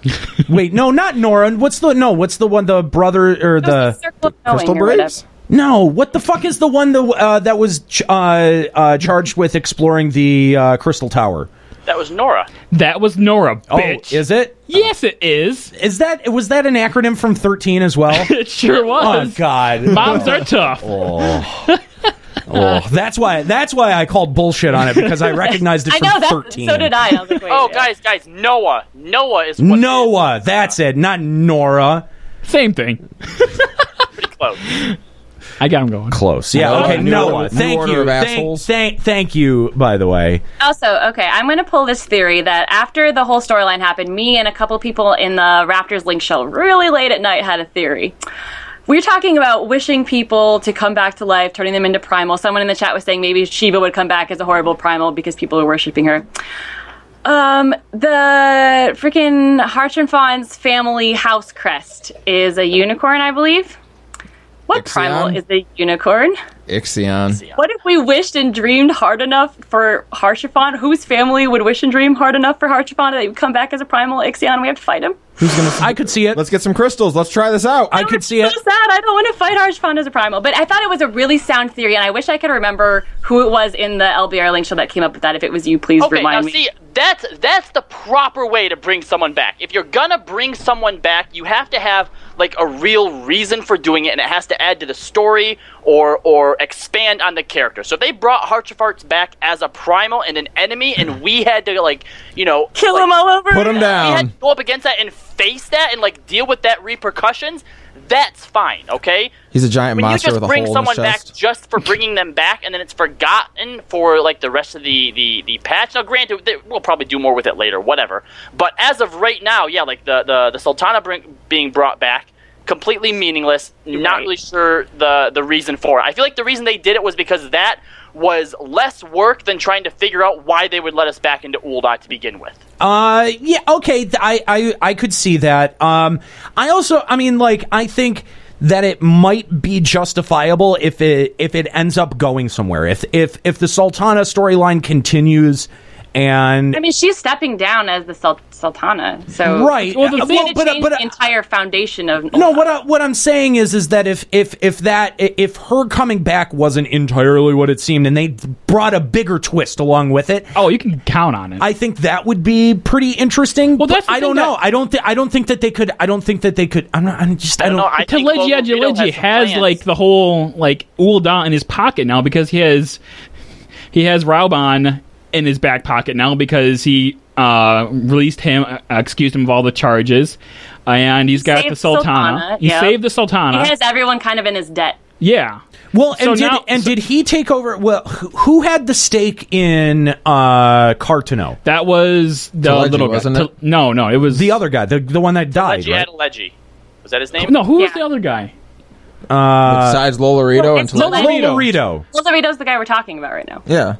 Teleji's the guy that died. Okay, Lolorito is the one who has everyone in his pocket now. Got it. There we go. So now, that's the problem with. But it was Teleji who had the Cartano stake. Yeah, that was Teleji. But I have to wonder what happened to that claim after he died. Who did? Really, you have to wonder. Yeah, I think we have a pretty good idea, but the thing is that we know that underneath Cartano is where Omega is. Okay, and we're gonna go back to Ul'dah to address the Omega issue. Yes. The problem I have right now is that of the three nations, only Ul'dah has anything going on. I mean, Gridania, they're just twiddling their thumbs with all the fucking elemental shit. Well, their leader's too busy going up to Mogholm to help out all the time. And then we have Merle-Wib Digglefucks, who's what the fuck is she doing? She's just sitting in her fucking castle doing dick all. I was really kind of hoping. I was really hoping for a little bit more story associated with Seal Rock that would tie into Limsa, but it doesn't seem like there's much there. There's nothing going there. Yeah, but Seal Rock came out in a half patch. Maybe in the next patch. But Cartano had storyline go along with it when it came out. It did. Oh yeah, actually, the new Summoner quest, you go to Cartano to fight things. You do. Yeah, it's really cool. To unlock the power of Bahamut. Yep. Oh, well, that's where you get your Dreadverb stuff. That makes sense. Yeah, it's like a big player because you're like, oh, Bahamut's here. There's so much ethereal. You can feel all the Primal's energy. We must go there and absorb it. It's really cool. That's the Summoner 50 to 60 quest line? Yeah, that's not in the capstone, though. Dude, yeah, that was level 58. Summoner is so good. Dude, Dragoons is bullshit. Dragoons is absolute bullshit. You get a apprentice, basically, who was like, teach me to be awesome. And you're like, yeah, all right, I could do that. And then she ends up getting captured by this big dragon named Growly. I kid you not, that is his name. And Growly's worshippers make her drink dragon blood, and so she becomes that. And she leaves and decides she's going to go hunt dragons. And you're like, see you later. Wow. That is Dragoon's storyline. Stupidest name I've ever heard. The Paladin one's pretty bad too. The original Paladin guy from the original quest, you think he's dead, and you have this newbie Paladin who you're helping to become a Paladin or something kind of similar.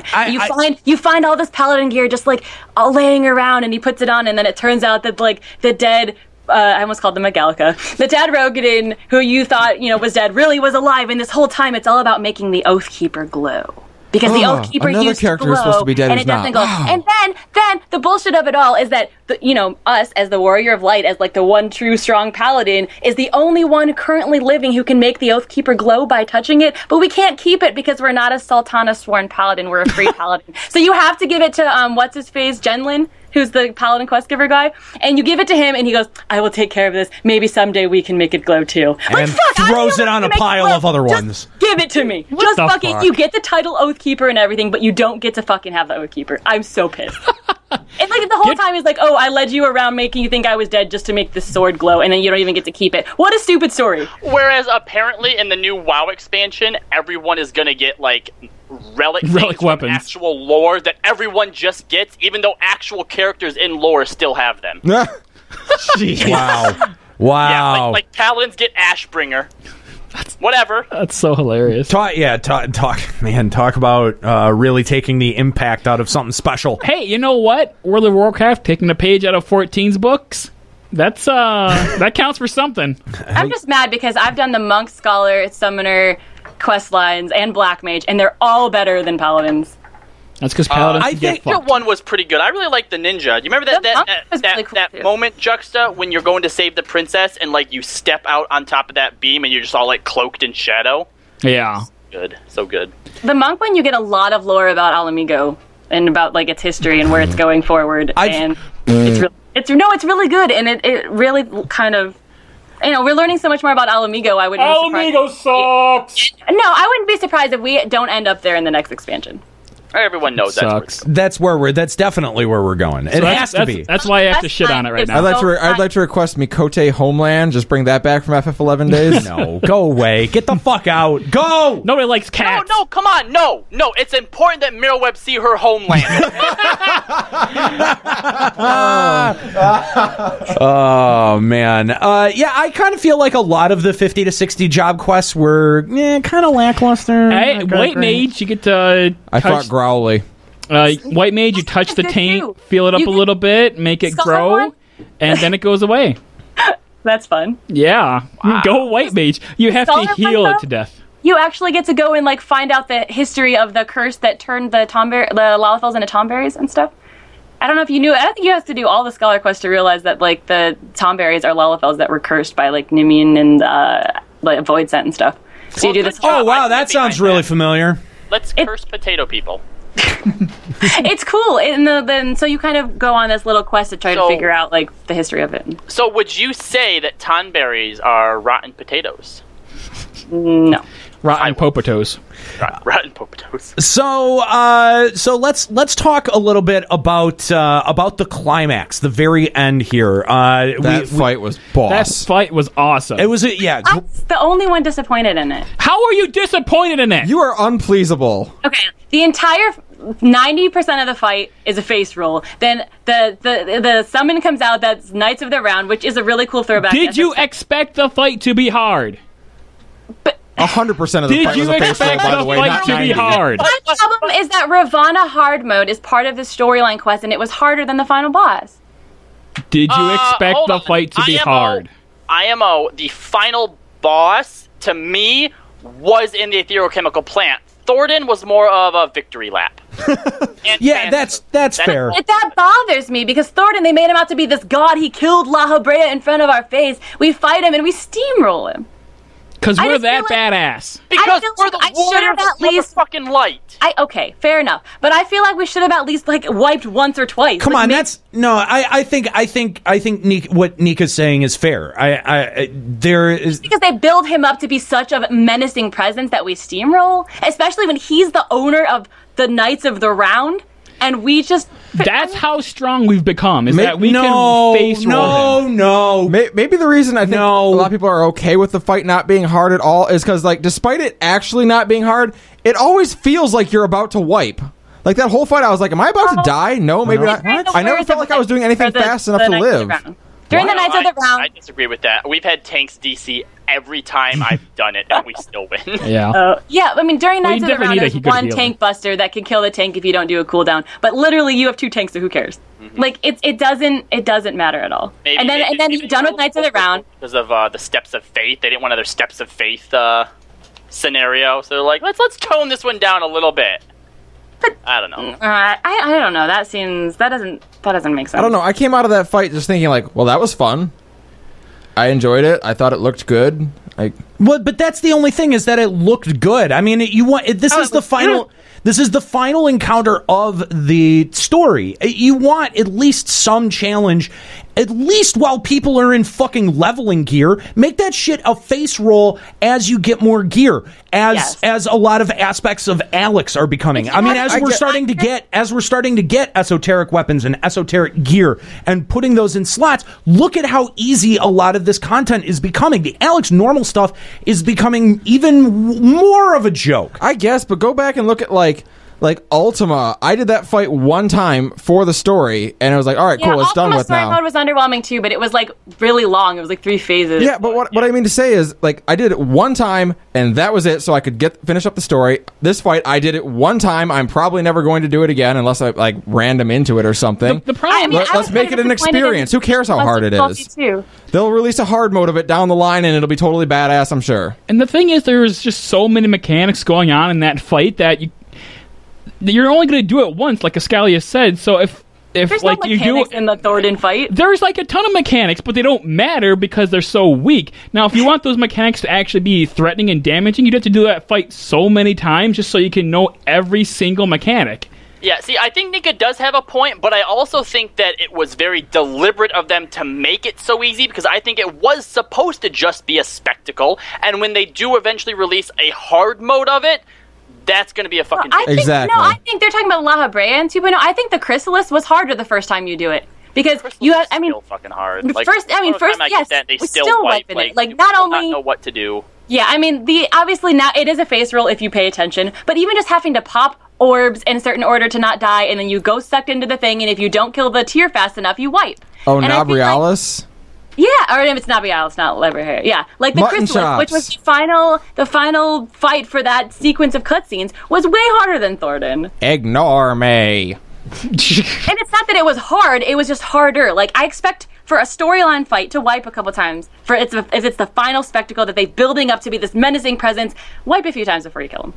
No, yes, yeah. I think that it was intentional. I thought so too. Like I foresee that being a fun hard mode fight down the line. But I foresee it being a fucking bitch. Callow, you used the right word, spectacle. That's what it was. I really do sincerely hope that we get a hard mode version of that fight, much like we got a hard mode version of Ultima. That fight would be a ton of fun hard mode. But from the Bard, I think we will. That's the only way they can do it. A like the Song of the Knights of the Round. That's what it'll be called. Yeah, no, that's absolutely a fight worth doing hard mode. Just for the story version of it, there's so many art assets and like the song and the arena. Like, they shattered the screen. They're not going to let that go to waste. Yeah, they planned for that to have a hard mode. Yeah, absolutely. And that's the thing, they wanted to have like all like the like there's like a bunch of like pillars and like spears that drop down that get like electricity, and then suddenly everyone gets paralyzed and stuff. Like, there has to be some way around that. I feel like there is, but I just don't know what it is. There's like, you've only done the fight once and it didn't matter. I mean, and Juxta, you're saying the same thing some people in the chat are saying, that it's showing how strong we are as the Warrior of Light, especially now that we have Heidelin's Blessing back. But I feel like if we're that strong, then literally everything to come out in future patches should be, like, literally we should just look at them and they should die if we're that strong. And I just don't think that we should be that strong. Well, there's this really interesting part at towards the end of that encounter. It's in the final cutscene after you've beaten Thornton, where he looks at you and there's like, you've got this sort of like shadow look on your face, and it's led to some speculation about like the nature of the Warrior of Darkness. Who are you? Yeah, who are you? Yeah, I forgot about that. I feel like I'm becoming. What do you think they're teasing right there? I mean, because it seems like there's a lot of intention there. That was put there for a reason. What do you think they're trying to convey in that scene? I think that we are becoming a primal. Really? Really? How do you see that happening? Because we are Eorzea's final hope.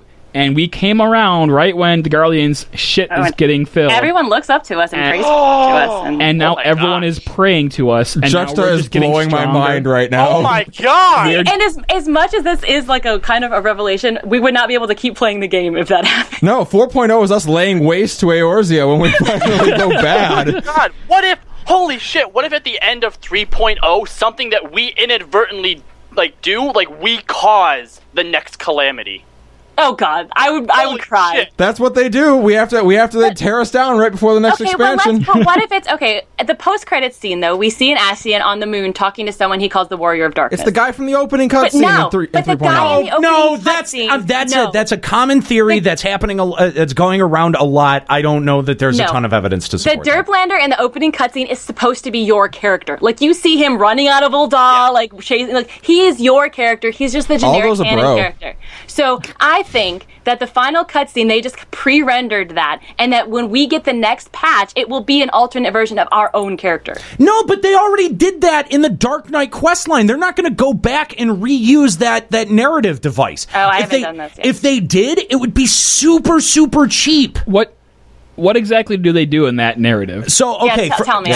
So, from 30 to 50, you have this guy named Frey, who is kind of like acting like, like all of the other job training NPCs and showing you sort of the ropes.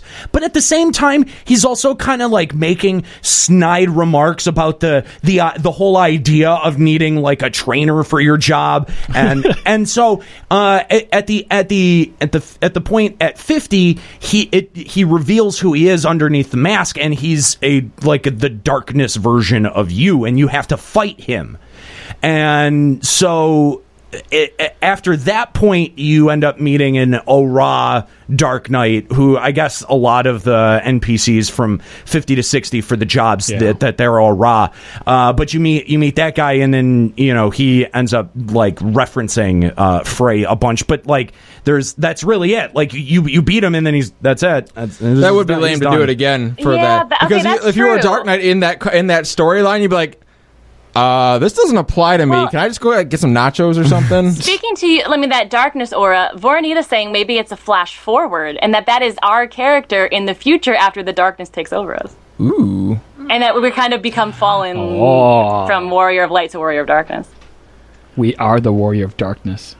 Or maybe it's just some guy that they found who's the Warrior of Darkness, and Zodiark's like, hey, here, feel, think, and shit. Now go kill people. Well, it is a pretty good question to pose. Like, what happens if the light side of the balance of light and dark gets out of control? Pull some Star Wars shit on us. What happens in that case? Like, would we need to become the Warrior of Darkness to sort of balance out the ledger?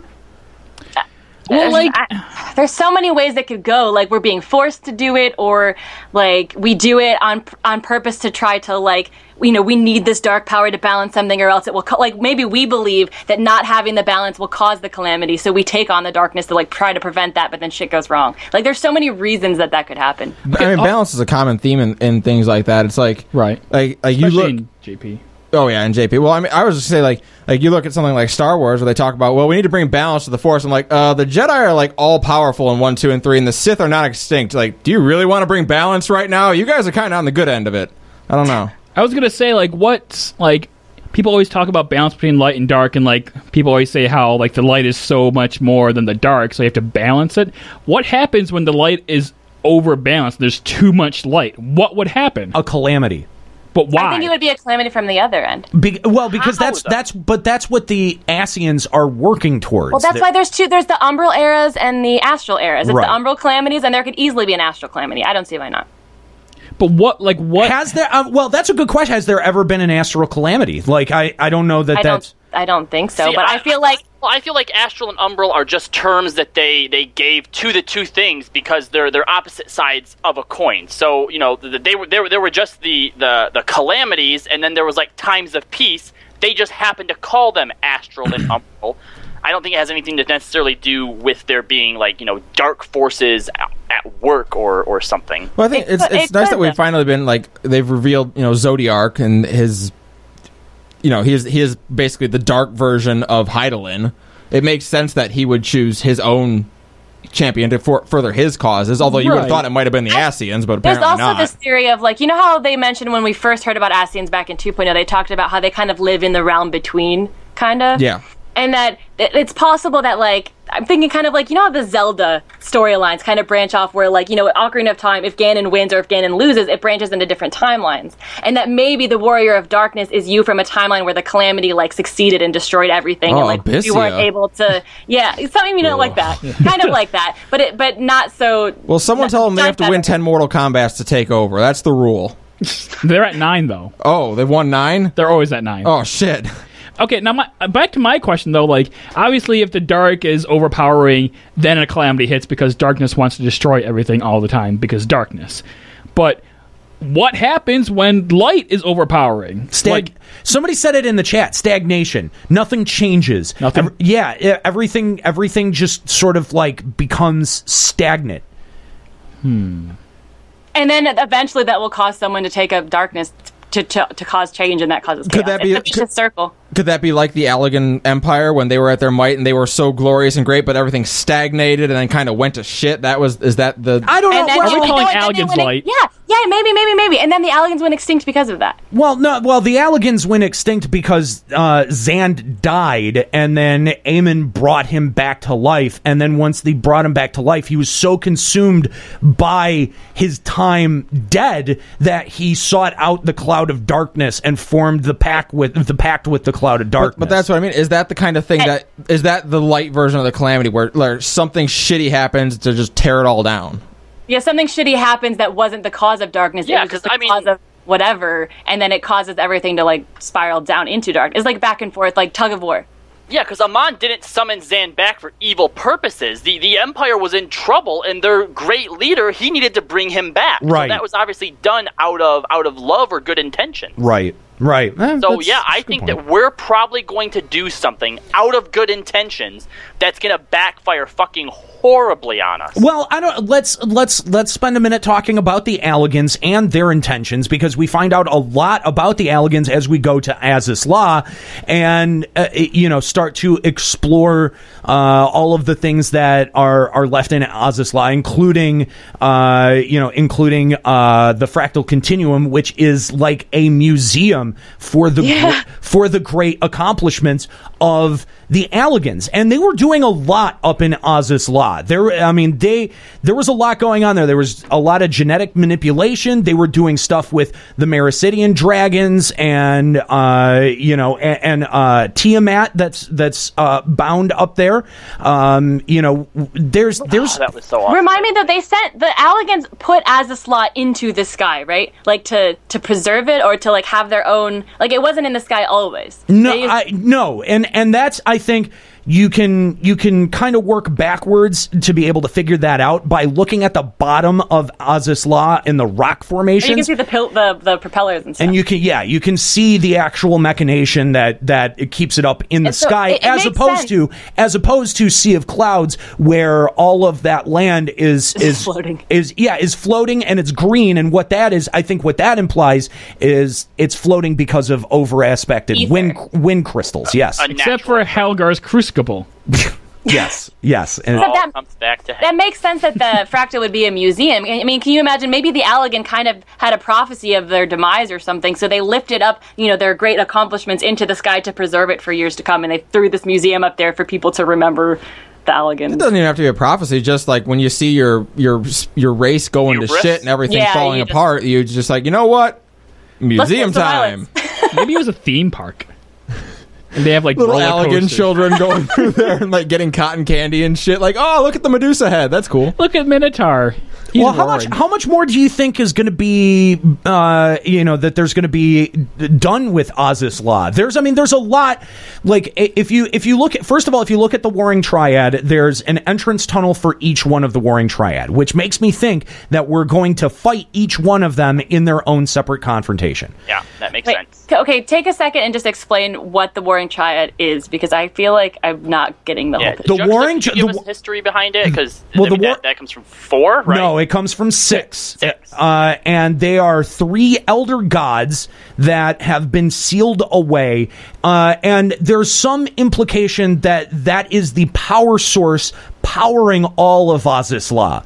That gigantic structure that we see, that this is that the harnessing of the Warring Triad's power is what is what enables the whole thing to run and to flow. Is the Warring Triad in 6 what Kefka uses to like blow up half the world? Yes. Okay. Okay, Yeah, because, and so what we learned through doing Heaven's Wards is that one of the Allagon's big things were taking primals or Acons and trapping them to harness their powers, basically. Yes. Now, you guys mentioned earlier that you thought that Icon might be a Garlean word. I actually think that Allagan. I think it's an Allagan word that the Garleans adopted through their almost like sycophantic research and recreation of Allagan technology. They do have a boner for Allagans. They really do. They're not very good at it either. Like, they're not very good at replicating their technology. Have you seen them try to take over our show? They're pretty shitty at everything, really. But that's why a lot of their stuff seems to be kind of like a copy, but a bad copy. Janky, yeah. And that's why everyone was so confused at first with that stupid UFO, that it's not Garlean, but it's They similar because jerry-rigged it's it with like Allagan. duct tape. To be fair, no one was making that confusion except Skuro, and that No, there were and it's people on Skuro. forums and nobody said it was Garlean. Skuro was the only one that said it I was like Garlean. Everyone else said it a was bunch of Allagan. Garleans sitting around with some Allagan tech, like just like insert rod A into slot B, and the other one laughs like with this voice synthesizer. I don't. That might be actually kind of hilarious if they make it an Allagan ship that Garleans are trapped on because they don't know what the fuck they're doing. We can't get it to move. Yeah, we get in there and there's a whole bunch of Garleans and they're like, finally somebody else, and we're like, now die. No, I mean, I like the idea that there's some kind of like royal Allagan family in stasis or something. I do too, because you know what? The twins, the Allagan twins, had to come from somewhere, right? Like, right, and they were clones anyway, right? The ones. Oh yeah, I guess you're right. Well, I mean, it could have been a cloning factory too, but we don't know where those two Allagan twins came from. So like they just kind of appear. Although what about and. I don't know. It's been a while since I've done It's hard. I mean, I know that there are people that are descended from Allagan blood, though. Like that Mikote guy, he had like the one eye red or whatever because he had some Allagan blood left in him. So there must have been some Allagans that got away in order to have like children of some or continue their bloodline of some sort. I don't think every single Allagan blood is completely extinct. Okay, Warrior of Light is Allagan. And let's bring this back to the Warring Triad. So you've got the Warring Triad, and the three in there are what? Sephiroth, the Goddess, and Did you say Sephiroth? Are you serious? Yeah, Poltergeist. He's making fun of the giant wing. No. Sephiroth is one of the names for those. In 14? No, in 6. No. Yeah? It's Poltergeist, Doom, and Goddess. No, I'm pretty sure there was something called Sephiroth. I'm pretty sure we're busting out the computers. Not in my translation, okay? Not in my translation. They are named Demon, Fiend, and Goddess from the Final Fantasy Wiki, it says here. Okay, maybe I'm wrong. You're very wrong. Sephiroth is a Final Fantasy VII creation. It's not actually no. If Tales of the Abyss, the little towers of like ethery type things, is called the Sephiroths. It's an actual thing. The what? In Tales of the Abyss, there's like the pillars of energy and stuff that hold up the islands, and those are called the Sephiroths. It's a real word. It is a real word. Oh well, I'm not discounting that. Okay. And so I feel like it has been elsewhere in Final Fantasy as well, but. Well, not in 6. It says here down near the bottom of this thing that Sephiroth is a plural noun in Hebrew, are described as the Kabbalah. This is just entomology and Kabbalah, symbolism. yeah. But yeah, it could be. Yeah, I mean, yeah. So okay, maybe I can't remember where I picked that up from. Sephiroth also means counting of numbers. So I don't know. Maybe at some point it talked about the Sephiroth of the Sephiroth 3 or something. I don't know. Who knows? Whatever. Warring Triad. Yeah. So that's what did you say it was? It was Goddess, Fiend, and Demon. Yeah. Okay, so and so have we seen one of them yet? I'm confused. I don't believe so. We haven't seen any of them. We've seen the statues. You see the statues, and supposedly that's supposed to be them cast into stone. We don't know. We don't know what exactly those are, but that's what the assumption is. But they only mentioned that they're coming back. Fractal is on the Warring Triad like structure, right? No, that's the ethereal chemical factor. That's right. Yes. Oh. Yeah. Fractal continuums in south of Idaho. Oh yeah, that's right. So the ethereal. Okay, that's right. The ethereal chemical reactor is on the Warring Triad. You can just call it ARF for short. ARF. ARF. And that inside of that was just the genetic crap. inside. Like, Yeah, it's just a research facility. The Aether Chemical Research Facility is the one that's underneath the Warring Triad, where we go and confront King Thoradin. Thoradin, and there is mention in there of the Warring Triad and Thoradin needing the power of the Warring Triad for something, for reasons. Thoradin is completely dead now, right?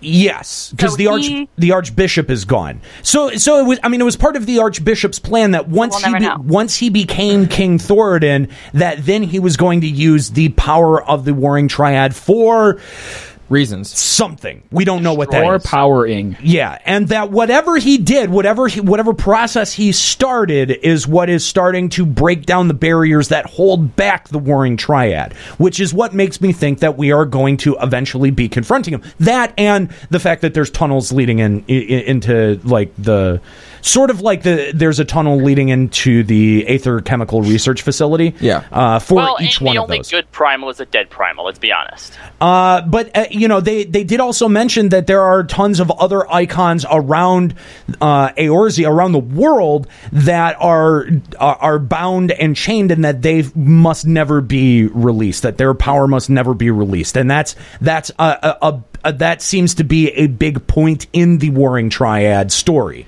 So, do we know of any other icons that have been specifically named, or is it just the Triad at this moment? I don't think that there are any other icons or primals that have been named outside of the Warring Triad. Okay. Now, just going kind of back to the 1.0 opening cutscene, where again, it's Midgar Somer. He's taking down the Agrius, and as the Agrius crashes into Silvertear Falls, we see a huge explosion of Aether, and we see the origin of many of the primals. We see Ifrit, we also see Titan in there as well, and so we can kind of work backwards to say that whatever was being held back in Silvertear, at Mordona, that the crashing of the Agrius and the unlocking of that Aether is what led to the proliferation of the primals that we've already encountered.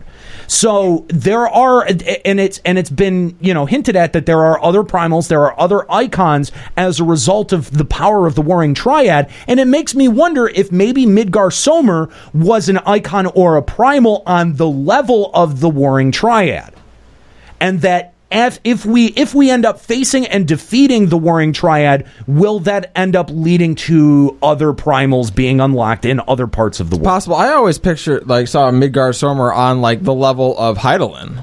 Midgar, he kind of is. I mean, he has the abilities to suppress your Hydaelyn's blessing in order to hide you and make you, not what you were. He has his own version of blessing, and he actually knew Hydaelyn. Didn't they talk about how they were they talked they were friends but enemies at the same time? And also they're frenemies. And also keep in mind that Midgar Somer did not originate on this planet. That he came to this planet with his six eggs to hatch here. So I think he is kind of the level of a god. He's a different thing altogether, and that makes me wonder about the nature of some of these, these new tier of gods or icons or primals or whatever you want to call them. Aniro, you mentioned that when Midgar Somer destroyed the Agrius and that crashed into Crystal Tear Lake, that 7 eggs. Sorry. Yeah, the origin of the primals like Titan, Ifrit, and Shiva. Well, what if they were trapped in a similar way that the Warring Triad is, but they were trapped underneath Silvertear Lake? So the crashing into it is what set them free, not necessarily the defeat of Midgar Somer. Well, yeah, I think that has been speculated too. Because we know that, that Mordona was a sacred place from people from even, it was a huge concentration of Aether underneath that land. And that's why the Garleans were coming after it. That's what made it special land that they were trying to exploit or protect. We don't really know what the true intentions of the Garleans were. They could have been trying to establish something so that, it wouldn't get unlocked. Yeah, we don't really truly know. So before quick callback to our whole our little discussion about, we as the Warriors of Light, and could that end up being a bad thing? The Garleans are all about trapping primals so that they can't be reincarnated. And what do? We go around unlocking all of them just so that we can kill them so that they can come back. I don't know. I think for the most part, beastmen have been responsible for primals and summoning them, and summoning them. Yes, and behind them, they're being influenced and spurred on by Ascians. But the primals that are being summoned are not the actual primal. Like, they're pretty much saying because of the ether and the wishes of the people, you can create primals out of nothing. Like, every primal we've fought has been an iteration. I'm pretty sure that's what a primal is. But Midgar Somer was something different.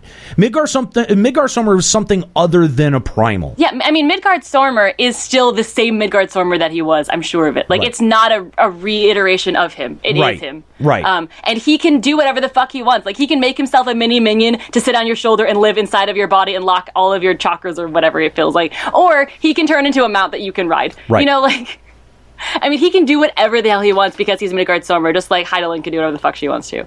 And I feel like that's kind of, he just has a physical iteration, whereas Hydaelyn is like a voice. Final boss of 4.0 is Hydaelyn. So it does make you wonder about the nature of the Warring Triad. Yes. And what exactly are they, and how did the Allagans trap them? Were there no present-day primals before the fall of Silvertear? The battle? No, I don't think there were. So I don't know, though. So, like, my thought is whatever was under Silvertear, like, these primals, these ghosts, like, these Tituses, like, upon getting released, that's when they came out. And then, like, if I'm not mistaken, they were like little little dots or whatever, and then those dots manifest into the Ifrit and the Garuda. The Beastmen have probably always been praying to their primals, but it wasn't until they were released from the bottom of Silvertear Lake that they actually started to be reincarnated. So I think at some point in the past, right, back when Eorzea was just like primordial, there wasn't like grand companies and like civilizations and stuff, that some iteration of what Ifrit was roamed the earth. Yes. That's my speculation. Yeah, and at some point, just like the Allagans trapped Bahamut in the fucking Dalamud, or just how they trapped the Warring Triad, when their essence is trapped, they can't be summoned, but once they're set free by us to kill, now they can be reincarnated again. Well, you think, I don't know, could it be conceivable that the Allagans have created stores of locked away primals at various points in the world, and one just happened to be underneath Silvertear, and sort of like when the asshole in Ghostbusters comes and shuts everything down, and she shuts down the power grid. Yeah, like that's what the Agrias crashing into Silvertear did. It got deep enough and blew a hole in that containment field and let free all the ghost primal Tituses. Some of the primals. That's a big clearly Twinkie. Not all of them. But that's the thing. Like these, my theory is that these primals, these Titus ghosts, don't have a physical form until they see that the Amulja are praying to Ifrit, so they latch onto that prayer, and then that ghost becomes the Ifrit, just like how ghost became Shiva for Ysael. Right. Building on that, Juxta, you'd have to think that, like you said, we know the Ascians have a hand in it. Perhaps once the Ascians see these primals released, they're the ones who are at that point, they're like, hey, here's how you summon your god. Well, yeah, because that's sort of what they do. They sort of set up the return of the primals and tell the beastmen that they're going to be summoning something that's beneficial for them. So yeah, it is totally something that the Ascians have sort of they've stacked the cards in their favor. In that way. The Ascians have proven to be, by the way, just every bit as bad as the Garleans. Just I've loved to watch how their reactions of you have changed over time. Like you kill your first primal and they're like, wow, that was something, not bad. And you kill your next primal, like, she's getting pretty good at this. And you, the first time you kill that Ascian, well, she was lucky she had Hydaelyn helping her. And then you kill the next Ascian. And finally, after, Heaven's Ward, they're finally like, All right, she's a problem. Like, I think we can finally go ahead and say that the Warrior of Light is an issue, and we need to deal with this. So there's something else about the Agrius crash, Mordona, and this sort of attaches itself to Oz's Law as well. But if you notice in the 1.0 cutscene, the main character, the Derplander, he when he takes the Lev quest, gets transported into this area in where he fights a Marlboro, and it's not an area that we recognize immediately, but upon further inspection, it is actually Mordona. Like, that is Mordona before the fall of the Agrius, and what we see is Mordona get transformed from a land with a lot of lakes, a lot of waterfalls, a lot of trees, and it gets transformed into this big puddle with Agrius and Midgard-Sommer at the center, and all of these aether corruptions. Aether corruptions, these huge spikes of aether that are coming out of the ground, and we saw those even going back as far as 1.0. That was the first time that we experienced a lot of aether coming out of the ground and kind of making these huge rock formations. And the thing that I'm wondering is that when you go and you look at the island that Tiamat is on, and you take a look at that island, there is also a great deal of crystallized structures that appear on there as well. And if you look at the wounds of Tiamat and you look like where the spears are going in, it looks like she's bleeding that kind of aether stuff. And it made me kind of shift my thinking about Mordona and those aether, I don't know what you would call them, like those aether things that are coming out of the ground. Was that as a result of the explosion and the release of aether underneath Mordona, or was that as a result of the death of Midgard-Sommer? And is that indicative of when one of these elder dragons, when they die? Because that was the other one, the other thing that we see in the lair of the third dragon. Her name is kind of escaping me at the moment. Ratatoskr? Ratatoskr was the one who was killed, and they took their eyes to get power to kill Nidhogg. Yeah, in the sort of like structure that is dedicated to Ratatoskr, we see a lot of aether spikes in there. Remember, that's where you had to go and you had to find the fucking Moogles that Nika was complaining about earlier on in the episode. There's a ton of like aether spikes in there. So do you think the aether spikes are from the great dragons? From maybe the death of a great dragon, yes. What about like Northern Thanaland then? Where in Northern Than? There's all kinds of aether spikes down there. Those are from Coil. Yeah. And Bahamut was a dragon. Bahamut was one of those elder dragons, and it would kind of explain why those over-aspected, the red ones, would stick around upon his death. Those red over-aspected so areas. You think when an elder dragon dies that its life energy or life force, when dispersed, literally affects the land? It's something. I think that those aether spikes are connected to dragons and dying somehow. So those aether spikes are like dried up blood from a great worm? Something like that, yeah.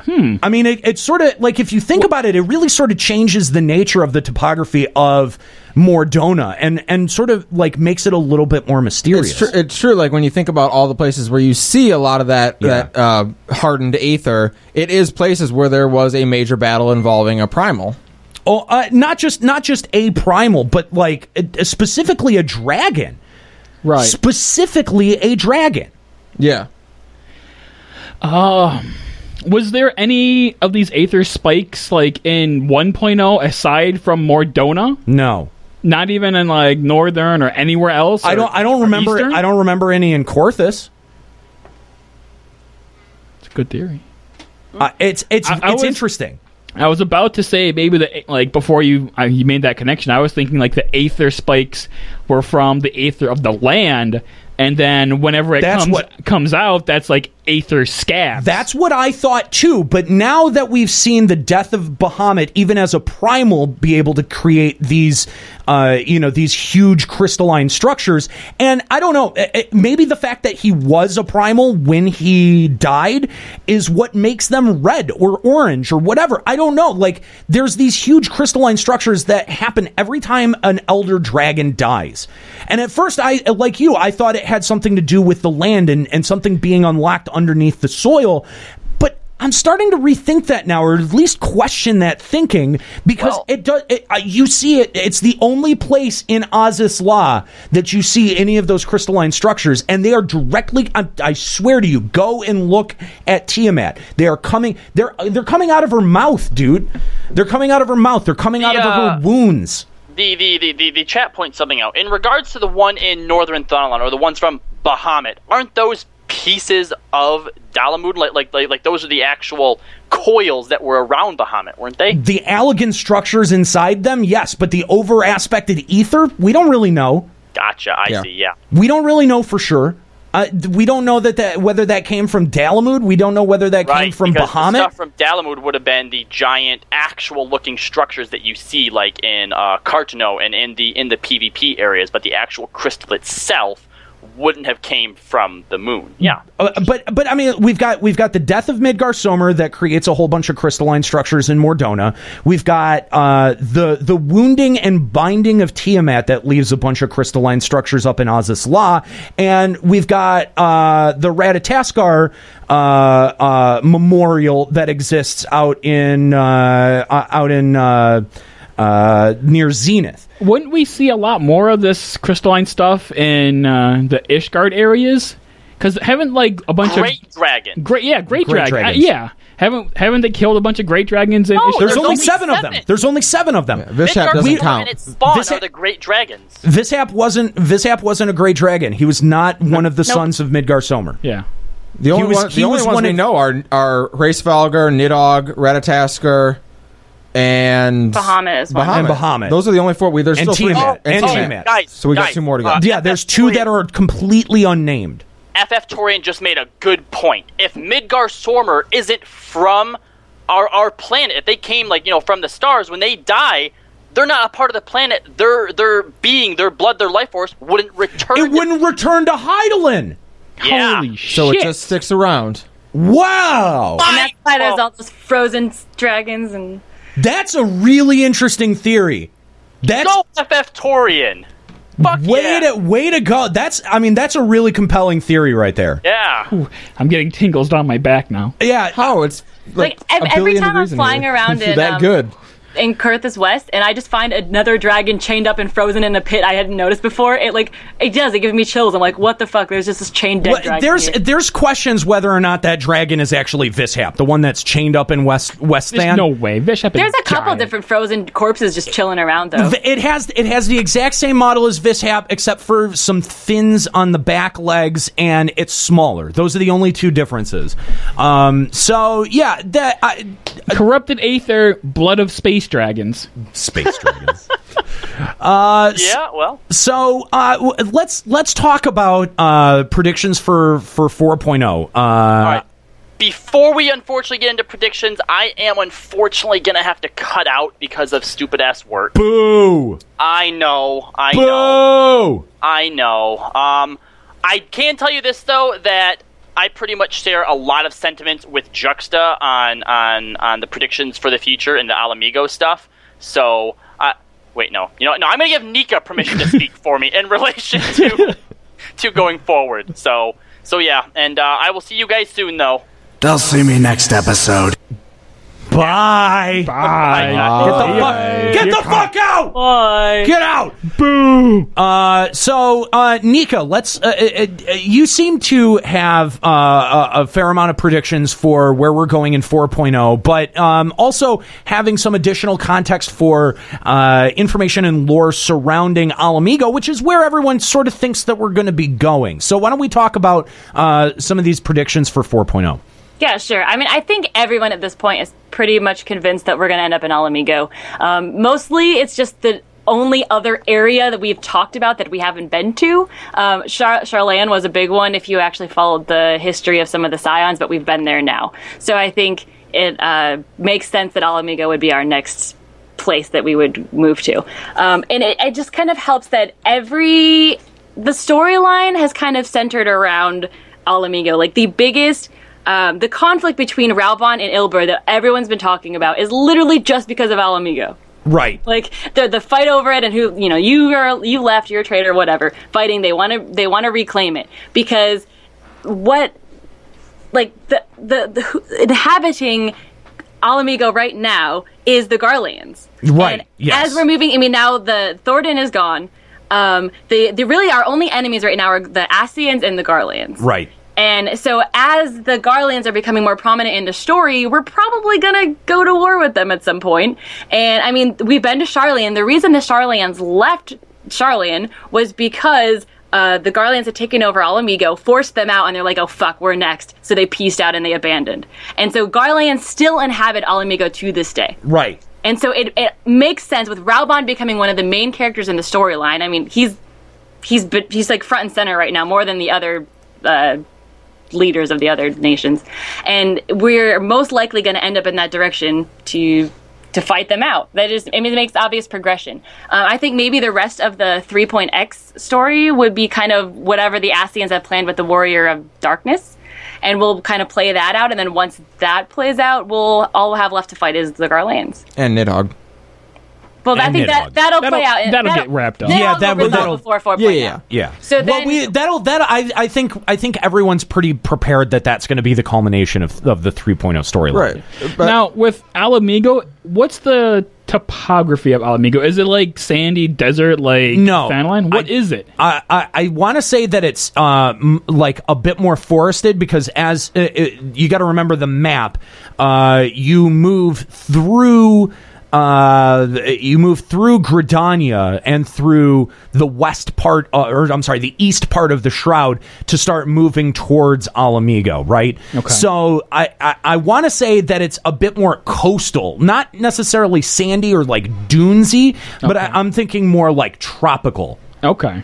Because we don't know for sure. I mean, all we have is Little Alamigo, which they just kind of took their little place in Thanalan, but that's nothing. That's just a camp. Right, but we do have some concept art that goes back as far as 2.0. It was in the Art of Eorzea book.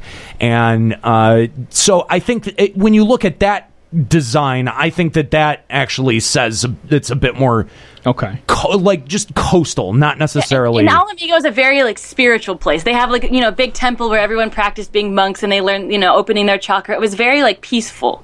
It wasn't what you would imagine to be like. I feel like in Thanalan and the deserty areas they seem kind of more like, I don't know. I wouldn't call them peaceful. They're kind of the rugged, like smuggler, yeah. It's not like that at all. It's very they are refugees. I mean, I know. Yeah, so at this point, so the original Alamigo is kind of the opposite of that, right? I think. But there's very few places left that we know about to go to. It's Alamigo and the Garlean homeland. Yeah. And if we go to the Garlean homeland first, that would ruin the idea of ever going to Alamigo.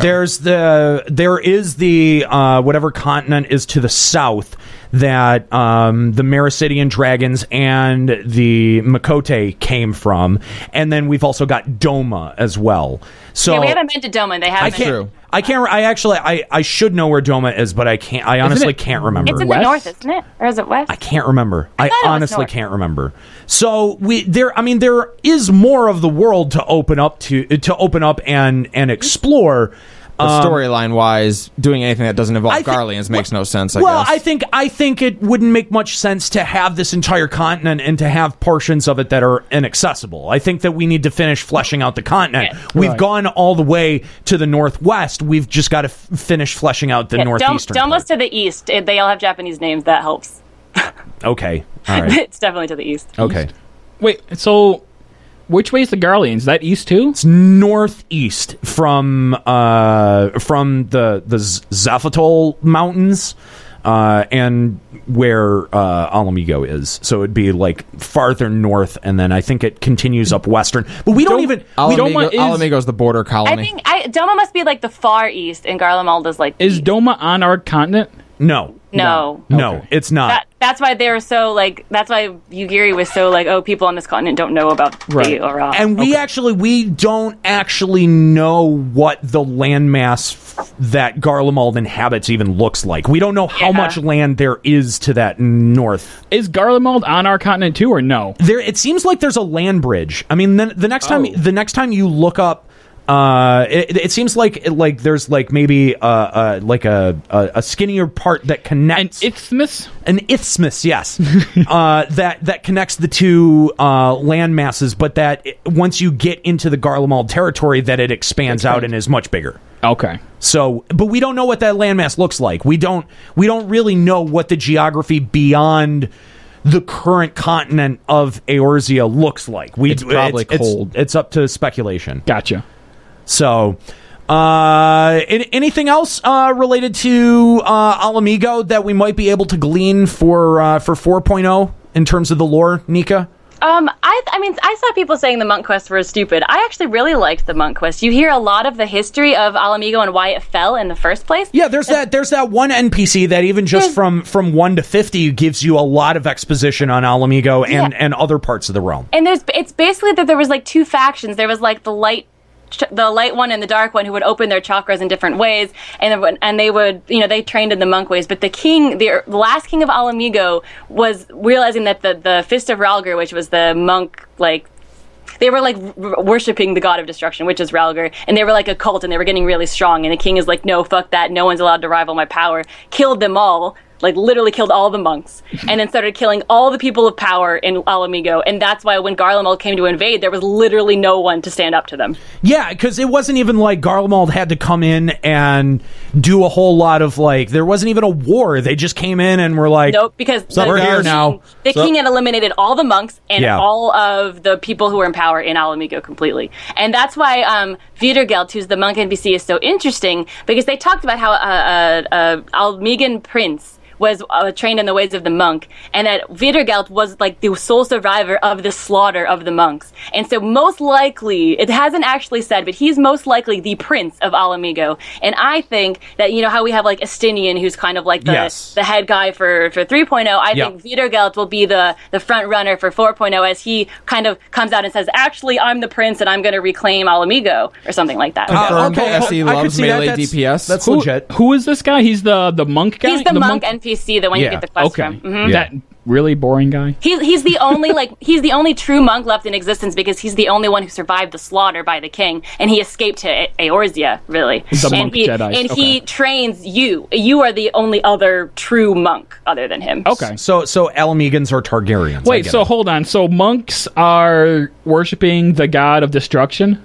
Originally. A faction of them. And then in the new monk cutscenes, there's like two other monks that show up with this other monk guy who they're from like the dark side, and they're like, we can only open our chakra when the dark and light fight. But then of course, as the warrior of light, you figure out that there's a way to open your chakra without killing each other. And so you kind of have to, you're the only monk by the end who has opened all your chakras, so you kind of pave the way, I don't know, to like reestablish the monks. That's actually kind of cool. Yeah. So like I feel like you and Vidergeld work to reestablish the monks and reestablish whatever, and then go reclaim Alamigo and put it back in place or whatever. I think that's a pretty good working theory for what the 4.0 quest line. Because they as good a theory as you're going to get a year and a half out. Yeah. Because I think it's fairly obvious he's the prince, but it could also be like their little mini twist, like, I am the prince, blah, blah, blah, let me reclaim my throne, as a little first little twist into the new expansion. I think I'm cool. Spartacus. So we have the Dragoon expansion. Next is the Monk expansion. Confirmed. SE loves melee DPS. Yeah. Well, this is sort of 5.0. I don't know. This is kind of the problem when you attach the origin of a job or a class to a city state, as opposed to with what FF11 did, where it attached races to city states. That way, your jobs could be distributed in all different kinds of places, like Norg and like all of these off, kind of like off, kilter. like off map, like off the beaten you had path. Puff, Blue, and Corsair. Yeah. But when you kind of like intrinsically attach a job like Dragoon to Ishgard, you end up, anytime you add a city state or you add a place of origin, it's like, it's X expansion. Yeah. I see that. I definitely see that. Ninja is going to be Doma's going to be the Ninja expansion. Oh wait. What? No, I'm willing to bet that. No, I bet though that Doma also has Samurai. Yeah. So we'll go to Alamigo next. We'll see something else along the lines of Monk, and then 5.0 when we go to Doma, we'll get Samurai. What jobs could they add with Alamigo? That would be thematically like appropriate. I don't know. Geomancer, yeah, that's one. No. Vomit. No. I'm just saying. Be a healer. You said thematically appropriate. Thematically appropriate. Dancer. Maybe Dancer. You could see Dancer. What would they add? Because they said they're probably only going to add one job. So would it be a DPS? I don't think they. I don't know where did they say that. Okay, well they implied it because they said taking on 3 jobs for expansion was way more than they expected. So that tells me that they're not going to do 3 jobs again. Or they'll just start working on it earlier.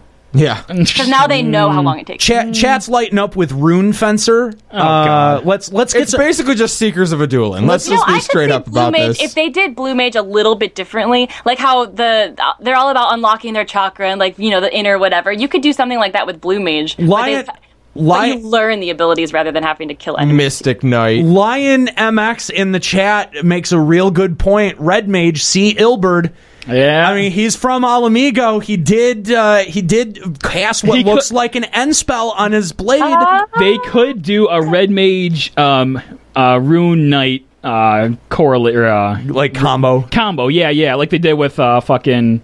Like putting Corsair and Astrologian together. Just combining their mechanics. Yeah. Like they always do. That would be really cool. Red Mage, new DPS, maybe? Could be. I think a tank. So many people want Red Mage. Yoshi P has dropped dropped like that he would love to see Red Mage, They have to do it right though. Like Red Mage can't devolve to what it was in 11. It's hard not to have one of your staple 6 jobs. A magic melee. Like you do damage with the sword, but it's magical damage. Yeah. All right, that's going to wrap it up for our big spoilery story discussion. Thank you guys for hanging out in the chat and for taking part in this very interesting discussion. This one kind of got away from us, man. I'm kind of impressed with how much time we were able to burn just kind of chatting about the story. And what's really impressive, I have to hand it to you guys as a crew. Coming into the show, I was a little bit concerned for myself that I had too much space between the end of the story and having this discussion. And you guys stepped in and brought in a lot of really great points and were able to remember so many cool things about the expansion story. And this was a really great discussion. So thank you guys. No, thank you. You were actually a fountain of lore that I was able to rely on during this. So yeah, you knew a lot more that I like the gaps that I didn't know. You were also able to fill that in. So. Yes, let Juxta drink from your fountain. It was phrasing. I think your dicks are good. I know that I have a bit of a reputation as like a cutscene skipper or flavor text skipper, but I'm very interested in the lore. You study, I think, lore more than any of us. Yeah, definitely. Well, what really interests me is maybe not necessarily the direct narrative lore, but just stuff about Hangar's Crucible. It's the it's the indirect and implied stuff about the world and the history of the world that actually really gets my attention and is really interesting. And there's stuff that we didn't even touch on, like the Ixal being a creation of the Alligans. Yep. There's a whole bunch of stuff in other areas like Sea of Clouds and the Vanu. We could probably do another hour and a half. We really could, but we got to read a couple of these emails before we take off here. And we have emails. And we have a shitload of emails. So let's. And of course, the guy who pre-read all of the emails and got them in order for us has left the show. So who wants to take this first email here? I'll do it. This one says Callow Reed on it. Oh, does it? We'll skip that. It probably makes fun of me at some point. Oh god, there's a lot of emails. Do you want me to read the first one? Yeah, read the first one. Okay. It says, "Hi, LBR. I thought I would send an email regarding some of the things from the last few episodes. I know that even though you don't talk often about every topic in the game, but there are loads of things to do in 14. It seems to me that most people have recently been complaining about the lack of content, not do not most of the content. What I mean by that is things such as non-PvE endgame content. The other episode you were talking about there being a lack of things to do at endgame, but you are wrong. Crafting and gathering require..." Oh my god, no. You have no idea. It's horrible now. Crafting and gathering currently requires so much dedication. It is on its own endgame.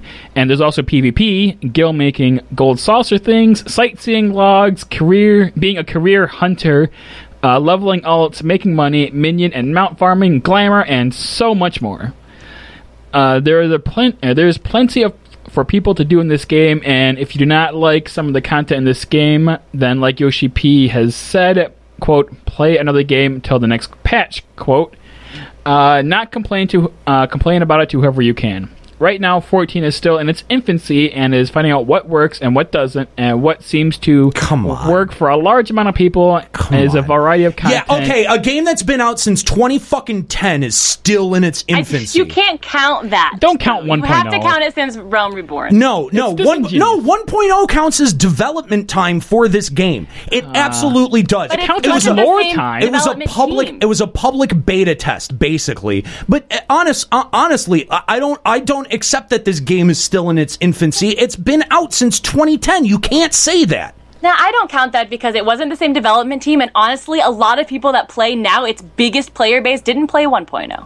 The things that are going to work for the current players might not have worked for the 1.0 players. A lot of the gameplay from 1.0 does not exist. The lore still does, so I can concede that, but a lot of the stuff of 1.0 is not relevant. That's not necessarily true. A lot of the mechanics from boss fights were different in 1.0, but the foundations for them existed in 1.0. It totally did. Towards the end of the 1.0 development cycle, like 1.23, the jobs were starting to take shape, the enemy encounters were starting to take shape, the dungeons were starting to take shape. So you can't say that nothing carried over. We had 3 dungeons that carried over, and those were almost exactly as they appeared in 1.0. Right down to the boss mechanics. So, no, it's been out since 2010. You can't say that this game is in its fucking infancy. No, okay, then Carletta said it's a toddler. I think that's fair.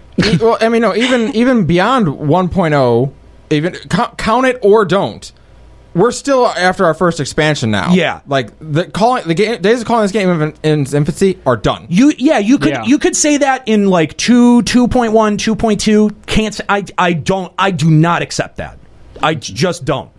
But I mean, this is why people always get on us for talking about 11, but when I look about the first expansion from 11, like, I don't count Zealot because it was out when we started, but, like, the next expansion, it was very linear to a point until we got stuff like the, whatever the frickin' Dynamis for C was called.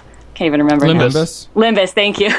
But until we got that stuff, it was very linear. It was the same crap. So I think I mean, I agree, and it will take fleshing out all of 3.0, and they have a lot of opportunities to be able. They've set the slate pretty well. Now the question is, can they deviate enough from the structure that they put in place throughout of all of 2.0? Can they get out of their comfort zone enough to be able to make something new and incredible? And I hope so. Go ahead. Sorry. The person who sent the email is talking about, I mean, we were talking about endgame content specifically, what to do if you want to be an endgame raider. The things you're talking about, like gold saucer, sightseeing log, getting minions and mounts, that's great, but that's something you can log in and do and log out. It's not the kind of content we were talking about. Yeah, I really feel like this email sort of obscures the point that we were trying to make. We weren't saying there's nothing to do. Right. But also, like, you brought up leveling alts as a point. I feel like you shouldn't have to find more to do by doing the same content over Exactly. again. Yes. Thank you. I agree. I completely agree with that. Okay. Anyway, continue. The large amount of people doing treasure maps, hunts, crafting, and gathering is such more than the 30% of raiders to non-raiders ratio, which is why the 30% of the game is not raids. Keep up the good work. I really enjoy the shows. But again, I think that people do hunts out of necessity to upgrade their gear, and then once those upgrades are done, they check out a hunt. No one does A ranks even now. And hunts keep going through a cycle where people, it gets bad because it's necessary. It's the only way to progress. It's necessary in gear progression. People bitch about it, and then after 3 weeks, it's fine. Then it fades away. It fades away. Even now, I was on at I want to say 1 a.m. and I was standing there for a hunt. We managed to get 6 of us on this A rank hunt, and it was so difficult with just 6 people because it was doing this big AoE that did so much damage, and there was one healer among all 6 of us, and I was the only one left alive as Paladin, killed the last 1%. That's how bad. No one's doing them. So it's you can't really be a career hunter like they say when there's no one doing them. Yeah. Go ahead, Ascalia. You could take the next one, but just to kind of put an end cap on that, I think we're talking about 2 different things, emailer. I think that there is stuff to do, but it's not the engaging stuff that we kind of expect as endgame. And it's not what the endgame community would consider satisfying endgame content. Even if we don't consider it satisfying or not, even if we're doing it or completing or not, it's the endgame community that that has been your in a lot of ways your most dedicated fan base, because they're the ones sitting around and putting together strategies and sharing them and putting them out into the community, making and helping content. and helping other people clear stuff like that. That's a very active. It may not be the biggest part of your subscriber base, but it's probably the most enthusiastic part of your subscriber base, and the ones who play the most, really. Exactly. And want to play the most. Do you really want to alienate those people? Because it has been shown time and time again that if that end of the community is not properly supported, they will go find something else to do. Or else there would still be 10 million people playing WoW. All right. Just wanted to start by saying I listen to your show every week. Your show pulls me back into the game when I'm busy with life or playing other games. See Arkham Knight, Dragon Age, and The Witcher as the most recent culprits. I do listen to a few other FF14 podcasts while I work, because podcasts are a big part of keeping me entertained while I work. I love hearing people discuss this game. I've subbed and played for a good year and a half now, but yours is the most fun and annoying podcast on FF14. I'll take it. I will. I am. I like it. Aniro, I know you've done a lot of work on the website, but I'm going to need you to go ahead and change the banner to read the most fun and annoying podcast. Okay. Yeah. Thank you. The nice part, I have to say, the nice part about this new website is that doing something like that is very easy. Oh, that's good. Yeah. Jesus, Aniro. Calm down on story mode, Alexander, which I haven't even unlocked, by the way. I'm a casual player who has never had a static and is curious. How much do y'all play on a daily, weekly / monthly basis? I play as much as I can, quote, get away with on a semi-regular basis, but it seems like I'm always behind the majority of players. Granted, I guess if you have a podcast about FF14, there's added pressure to be up to date. That is true. Yes. Unless you're Callow and don't have blood for play. Or you're a Scalia and you leave for 3 months.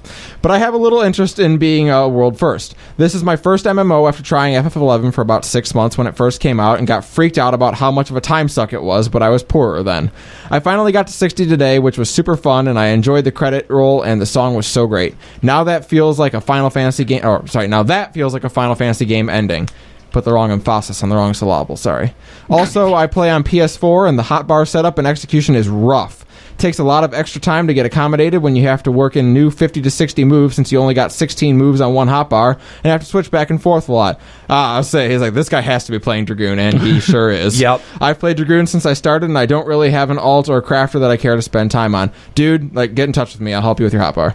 My time is valuable with 2 kids and running a business, but man, do I love me some FF, and I've had a great time playing. The social gaming experience, raid anxiety, and all adds a lot of excitement to the game for me. Even though it may be too easy sometimes, or you may end up playing with douchebags or trolls, it all adds to the excitement and randomness of playing an MMO for me. There's a lot of nice people out there too. First time, long time, Maxwell Knightsmith, Mateus Server, current FC Exodus. Why get at you later? Why not just explain the hotbar now for everyone, for all the Dragoons that play on PS4 or with a controller? Do you really want to hear to go over Dragoon hotbar mechanics on you the want show? to hear Ascalia say, all right, so ability number 1, do it on this one. Ability number 2. No, but what did you... I know that you were struggling to switch from controller to keyboard, and you tried for a little bit because of this very issue, and ended up going back. What did you do to figure... What was the overall thing that you did? The big thing that I discovered when I switched over to keyboard was being able to... is having all the extra... hotbar macros, the 10 along or the 12, whatever it is, along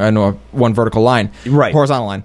And what I realized is I could keep those even while using controller. So I started putting all my off-global cooldowns on those so that I could see their cooldown timers. Because the issue is when you're playing with controller, you have to macro your off-global cooldowns into your regular moves. So it's just like the macro is use regular move, wait half a second off global cooldown, but because you do that, you can't see what the cooldown is left on that move coming back up. Ooh, so by using a hotbar, that's a clever idea. Oh my god, it's Nika, it will change your life. It's so much easier now. Hold on. You macro and an ability and then an off global cooldown ability on the same macro? Yeah. It's the only way to do it. People do that. Terrible. It's the only way. You cannot do it any other way. You have horrible DPS. I mean, I can admit that I often forget to use my buffs on Monk because it's on my second hotbar, and I don't know their cooldowns. I think that's actually a fair point, that if you're a player that doesn't utilize your off global cooldowns as soon as they're ready or as soon as they're up,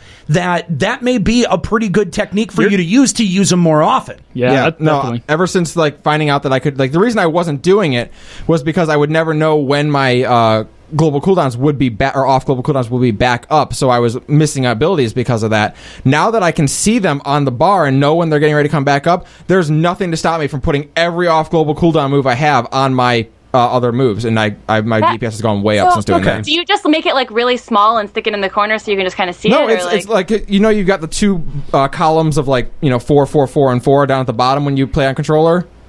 Yeah. Yeah, I just literally have a hotbar right above it that has all my off global cooldowns on it. That's a good idea. And I have to try to mess around with this, but isn't there also another hotbar that if you push both L2 and R2 at the same time will bring up a third hotbar? If you're playing PS2, yes. Does it not work on PC? No. If you're using a PS2 controller.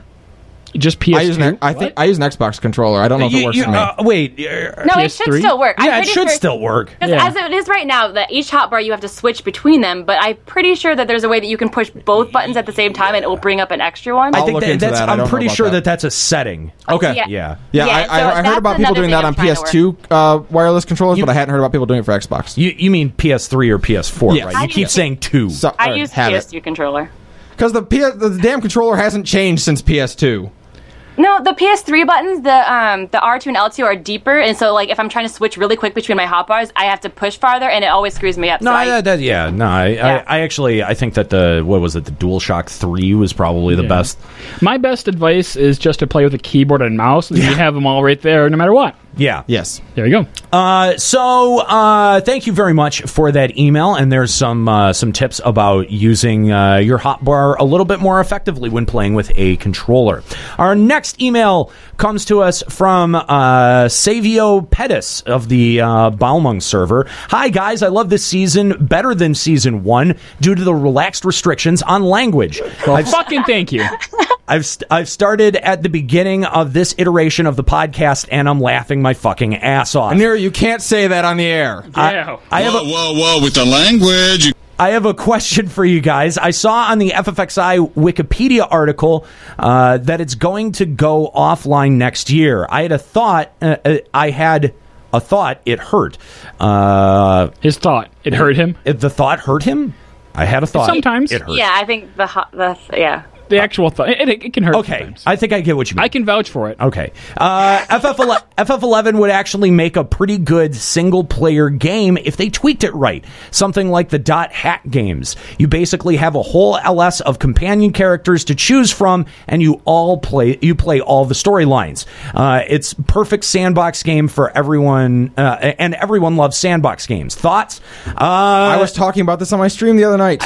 They are making a one-player one. Yeah. Well, yeah, the mobile mobile one, but I don't know. Effectively, that's what they're doing with the game now. With the trust initiatives, you can basically form a party of NPCs to play with you. That's effectively what they're trying to do to the game right now. And I do believe, yes, that there will be a one-player version of FF11 because I don't think they will ever allow one of their numbered series titles to be unplayable. I don't know. This has been a theory that's been going around for so long, and I just don't see it happening, man. You think they would let one of their main series titles become unplayable?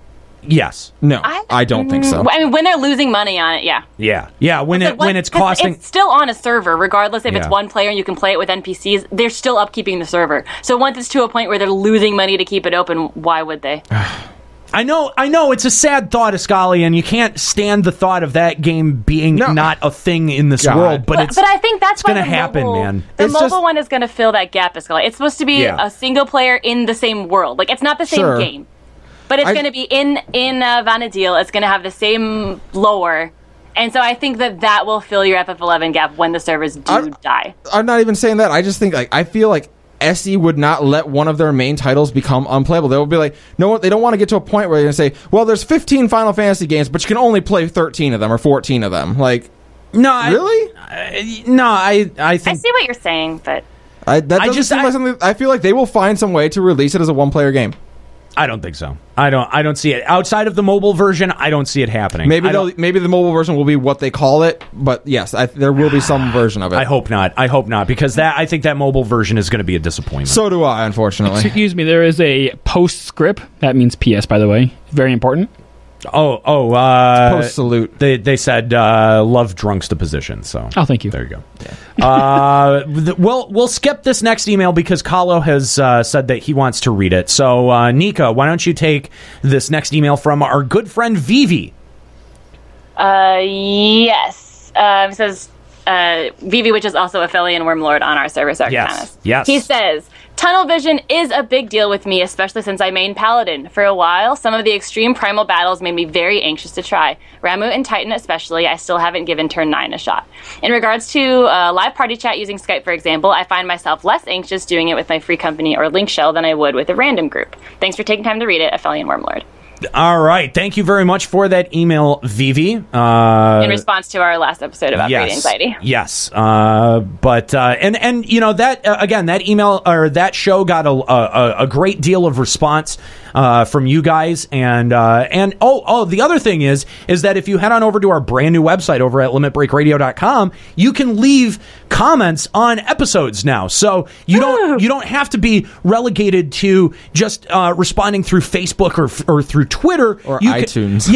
You know, a lot of people really ask, you know, if they come from the old version of Limit Break Radio, from the 11 version of Limit Break Radio. One of the things we get asked a lot is to bring the forums back. No. It's never going to happen. It was totally unmanageable for us as an organization to have forums. It took up 50% of our time. I think. I mean, more of our time got devoted to moderating and administering those forums than got put to production sometimes. And that was a serious problem. But the thing is that we do want to have an insular community at limitbreakradio.com, and we think that having a comment section on our posts, on our blog posts, as well as our episode posts, that will get somewhere close to the community that has sprung up around Limit Break Radio and gets kind of close to you know, what the forums were for the 11 version of Limit Break Radio. So we want to encourage people to leave feedback on our website, limitbreakradio.com, in the comment section of these episodes. Let us know what you think of this episode. If you have additional comments for the topic, say you're listening on the podcast and you have things that you want to add, limitbreakradio.com comment section is the place to do those, and we'll keep an eye on those comments and we'll read some of them on the air just like we do with the emails. And of course, if you want to send an email to Limit Break Radio, the email address is hosts@limitbreakradio.com. We have been getting tons of emails from you guys. We can't thank you enough. The emails are always so interesting and engaging, and we want to encourage you guys to send more. But the increase in emails being sent means that we can't read as many of them as we want to on the show. So if you don't hear your email, please don't get discouraged. We're going to try to, we'll go back and revisit old emails sometimes if we think that they're still relevant. So if you have something that you want to, and we read them all. We absolutely read them all, even if we don't read them on the show. We read all of the emails. So if there's something that you want to share with the LBR crew, hosts at limitbreakradio.com is the place to get that done. Which, if you hear one of the points in your emails brought up in a conversation on the show, wonder where that came from. And emails are just absolute fertile ground for us, because that's where we were able to pull the rate anxiety conversation from. A lot of our conversations have been directly influenced by your emails. So we want to encourage you to keep sending those. Again, hosts at limitbreakradio.com. All right, let's read 2 more of these and then get out of here, because we are running long today. Are we? Yes. Are we going on 3 hours? Yes, we are. Yep. We're pushing 3 hours. So this next email says, "Hello, greetings from Tonberry. I've been listening to your podcast for quite some time now. It is so enjoyable. It is nice to have your podcast running in the background while I'm doing the quote unquote boring things in this game, like gathering, farming, esoterics, etc. Keep up the good work. By the way, I am currently working on clearing A3 Savage. If you need my help or opinion about Savage, please let me know." Oh, we don't have their name. Yeah, thank you, emailer. We will keep that in mind if we want to bring in an expert. Let's say that Nika can't get the goddamn job done, and we need to hire an outside contractor to come in and be our endgame expert for the day. We'll keep you in mind. Thank you. I did clear Savage A1, by the way. Did you? Update. I did. There it is. Good I'm glad we're more A2 entertaining than soon. crafting. Little bit late, but I'm getting there. So, hey, I hear that golf club. Can I pick the last email? No, I want to. Can I? I have a good one. It's about Nika. We'll do 2 more. We'll do 2 more. Let's Okay. do 2 more. Okay, go ahead. Juxta. Oh, I'm first? Yeah. Hi, LBR folks. Oh, let me see where this is from first. This is from Saracel Twilight Sia of Ultros. And they write, "Now don't get me wrong, I love Nika to death, but I kind of have to call her out on her comments about difficulty. She spoke a lot of words, but she didn't say a whole lot. Alex Savage has some stiff DPS checks, but that isn't the difficulty she wants. It has hard-hitting tank busters, but that isn't the difficulty she wants. Most of the attacks AoE and create extra burden on the healers, but that isn't the difficulty she wants. These are all things that make gear makes easier, so they don't count as legitimate difficulty." No, they don't count as. I don't think that they can count as mechanics. Hard mechanics. Yeah, I was hardline mechanics. Anything that, like what I'm talking about. Oh, we'll keep going in the email, but I was referring to things that need skill, not gear. Yeah, let's keep going. Let's keep going. Let's keep going and see. She brings up the mechanics of T9 as being the right kind of difficulty, but Ascalia rightly points out that it's only hard if you don't know what to do. I think that it's interesting because in the end, an experience check and a gear check are both a form of time gating. Yes, that's true. I agree with that. I don't see how they are significantly different. If you don't have the gear, you can spend the time to farm esoterics to get the gear you need. If you don't have the experience or knowledge, you can spend the time trying to figure it out the hard way, or wait for someone else to figure it out and post a guide. So it seems to me that her ideal form of, quote, difficulty is one where mechanics are difficult to understand and execute, but if done flawlessly, you mitigate all the other concerns. Maybe something with like turn 4 without the enrage. In any case, I don't think that she's really clearly defined what she means by difficulty. Personally, I think that that's really boring from a form of difficulty. I main white mage, and my ideal form of difficulty is one that one of the forms that she abhors. I like the situations where there's so much damage from so many sources that even at my best healing output, I'm still losing ground. I like the stress of having to spam big heals with only 20% of my MP left, and Shroud still has 30 seconds of cooldown left. Thanks for reading. Saracel Twilight Sia of Ultros. And their link shell is chaotic neutral D20. Okay, I can actually clarify this in like one sentence. All right. My clarification is that it cannot be a rote memorization team jump roping raid. It needs to have variation. Like, me and Surin were actually talking about this recently, about how, like, even in A2, you could go 2 different paths to decide what you wanted to lock on the boss. You know, like, having different variety, and, like, even in T1, where, like, different platforms would light up, it would, you know, whatever. That's why I liked Ravana a little bit more, because there was a little bit more random to it, although it was still, like, this move, then this move, then this move, then this move. Like, most MMOs with real difficult challenges are because you don't know what move the boss is going to use next, and you have to respond to that move accordingly rather than memorizing it and knowing it ahead of time. Well, hold on. That was 7 sentences. I expanded on my one sentence. Doesn't the Oppressor have that mechanic when they shoot up in the air and then come down? Not really. It's you dodge it the exact same way. You just move to a different side of the screen. It's like I mean the entire, like, you know that they're going to jump and they're going to come down, and you know where to look for it. And there's, depending on where they jump, you move to a certain side of the screen. You memorize that. Well, like, don't you memorize where you're supposed to stand in the Coil 1 Snakes fight? Well, yeah, okay. That was just an example of a step in the right direction. I'm talking about, like, even in Coil 1, you know, at like 60%, they're going to split into 2, and then you're going to put, like, I mean, it's literally every single fight in this game is you memorize it, and then you can beat it. Like, It needs to be something like, oh, when it, you know, that's why, like, in 11, again, when a monster would get enough TP, it would just use a big move. You're asking for RNG in a fight, which is what everyone complains about. Yeah, I was just going to say that the thing is that anytime Square Enix puts any kind of RNG element into a fight, people complain about it to no end. I said I wanted RNG in this game, and I got torn apart for it. But I feel like it really separates the players who just spent the time and got gear and the players who were skilled at the game. Oh my God! Where were you a year ago when we had this conversation? I don't know because and also a year ago we didn't have the experience of all the raids that we have now. Like, and I get that is why T7 was so hard, and that's why I liked T7. Is that it you couldn't memorize all of it, and now that we've had a whole year, maybe back then I didn't feel this way, but after doing Coil and, you know, all the raids that we've done in the last year, I feel like it's a lot of.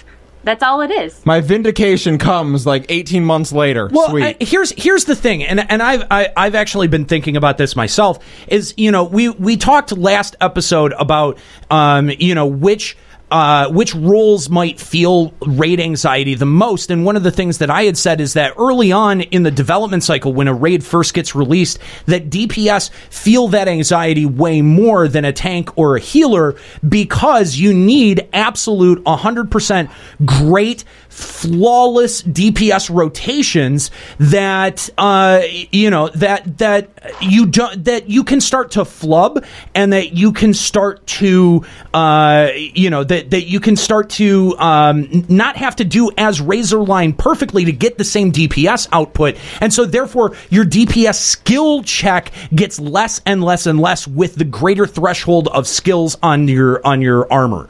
So and I think that is the thing that is a little bit disappointing, because that isn't skill. That's literally gearing past the challenge, and some of that is okay. Some elements of a fight, you know, that's okay, but to have that be the main difference between success and failure, I don't know that is the best way. I'm not saying that, like, out of the gate we should be able to clear, like, turn 4 or whatever, Savage, but it has to be to a point where, like, the most skilled players are still wiping to the DPS check simply because they're, like, 2% shy because of their gear. I mean, and that's in the long run, yeah, you shouldn't have enough gear for the final raid at the beginning, but I just feel like, isn't that what we have right now, though? I mean, Elysium cleared A3 Savage just like they had like a millisecond before that last big hit would have one-shot him. Yeah. And then they just barely did it with just enough gear. Yeah. And now it's going to get easier and easier because they're going to have more gear. Right. But it's also going to be easier. Like, I feel like by the time my group even gets to A3, it's going to be way easier than it was for Elysium, because we have the gear now that they didn't. And I kind of want to have that same challenge. I don't know. Well, if you wanted that challenge, you got to get good at this challenge. I mean, I do know that. I mean, I haven't done A3 Savage yet, and I do know that the mechanics are pretty insane. And if you really want that challenge, then you can just take off your gear. I mean, put on. Come on. I'm just saying it. If she really wants that challenge, then she can wear that gear. You can get that experience. Yes. All right. Last email. Actually, let's toss. I want to hang on. I want to toss actually a couple of more emails on the pile for two reasons here. One reason is because we just have so many emails to get through. Yeah, and so many good ones. Yeah, really, really good ones. And the second reason is that Mr. Happy just hosted us for like 450 viewers, and so thank you very much, Mr. Happy, for the host and for the support for Limit Break Radio. Thank you guys, all of you who came along with Mr. Happy. Thank you for checking out the show, for hanging out with us, and and for continuing to hang and listen to what we have to present. If you like what we do, hit that follow button, come back, hang out with us more often, and make sure that you head on over to limitbreakradio.com and check out our brand new redesigned website over there. And do things like subscribe to the podcast, say hi in the chat room. If you're a lurker or if this is your first time hanging out, say hey to us in the chat room. We love meeting new people. We love when new people stop by the stream, and we want you to keep coming back. So get involved. Limit Break Radio is an interactive show, and that's what we think one of the greatest strengths of the show is. So get involved, stay with us, come back, and contribute to future shows. We love it that you're here, and a huge shout out to all of you Mr. Happy fans hanging out with us on Limit Break Radio for maybe the very first time. So thank you guys so much. So let's hold on real quick. I want to touch on the random stuff, radio mechanic. So Nika, would Shiva EX be an example of the kind of randomness you're looking for? Yeah, actually, yeah, because the weapon she pulls out isn't always a certain order, right? It's That's true. random. Yeah, and actually, that one's really difficult, and actually, since I haven't had the time to learn it, I always avoid it. But yes, that's the reason, is because it takes more skill and time to learn, and I like that. So yeah, and if I had the group, I would go back and relearn Shiva X, but no one ever wants to do it with me, so, Okay. No, I think RNG does have its place. Absolutely. Yeah.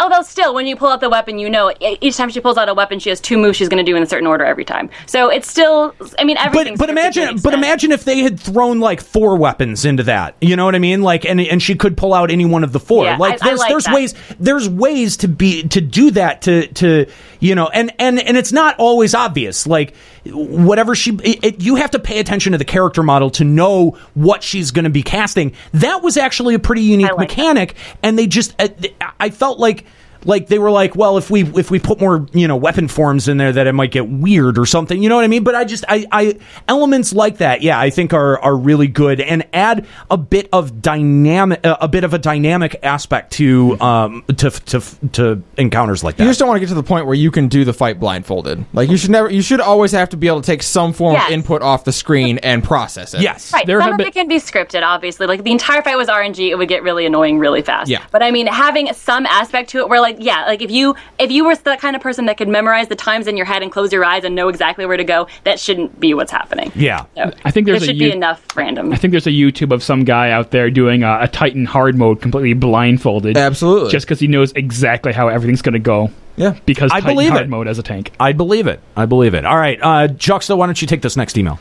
Or wait, no, you read the last email. Ascalia, you got one in the cannon. Go. Hey LBR, Saru Yukana, the Swagoon of Sargatanis here, which that just rolls nicely off the tongue. I think that Joe Never is the only Swagoon. Yeah. He is the Saru Yukana OG, begs to differ. OG Swagoon, the only, yeah. It's sort of like the Azure Dragoon. Like, it's a title. There can only be one. There can only be one. But there's 2. Shut up. That guy's dead. Yeah. Well, yeah, technically now there is only one, and it's me. I haven't been to many of your live streams because of the time differences, but I watch your podcast uploads on YouTube as soon as they're up. I really enjoy your show and keep up the good work. Oh, and also hashtag is casual life. Oh, geez. There you go. God. Before 3.0, I never really had any anxiety going into 8-man raids. It all changed during a learning party for Bismarck EX. Our group couldn't meet the DPS check on his back, and initially I thought nothing of it, since I was a pretty chilled player at the time. That's when the healer called me out, saying I did half the amount of damage as the paladin whilst I was on Bismarck. I don't know if this was true or not, but nevertheless, this was like a slap on the face. I had 2 of my FC members with me during that time, and I felt like I was I let them down and was embarrassing them. This was a wake-up call. I was basically told to get good. I felt like I had to improve or otherwise in each party I joined. I would feel like I was the burden in dragging the group down. So I worked on my rotation for a few days and watched rotation videos from well-known Dragoons such as Thendiel and Dervy. I had a fellow FC member parse me on a training dummy. I play on PS4 controllers for the win. And I was averaging just over 1k DPS on it for 3 minutes. It was refreshing seeing this number as it boosted my confidence and got rid of some of my raid anxiety. But ever since the incident, I still have bouts of raid anxiety, especially when I am contemplating to join party finder groups in my server because, as you guys have highlighted before, having a bad server reputation would be the worst. It also changed the way I play. I was a very laid-back and chilled player before 3.0, but now I'm pretty competitive with other DPS in my parties. I'm glad that I have a FC that frequently do content together because it makes it more comfortable. I did manage to clear Bismarck in the end, and then eventually Ravana. I believe that Ascalia was in one of our Ravana EX learn/clear parties. We had 3 Dragoons in that party, battle litany for days. That party was a nightmare. And that's it from Saro Yukano, the Swagoon of Sargatanis. Thank you very much for that email. Good stuff, man. I still have yet to do Ravana EX, but man, get good. Yeah, where's your bisex clear?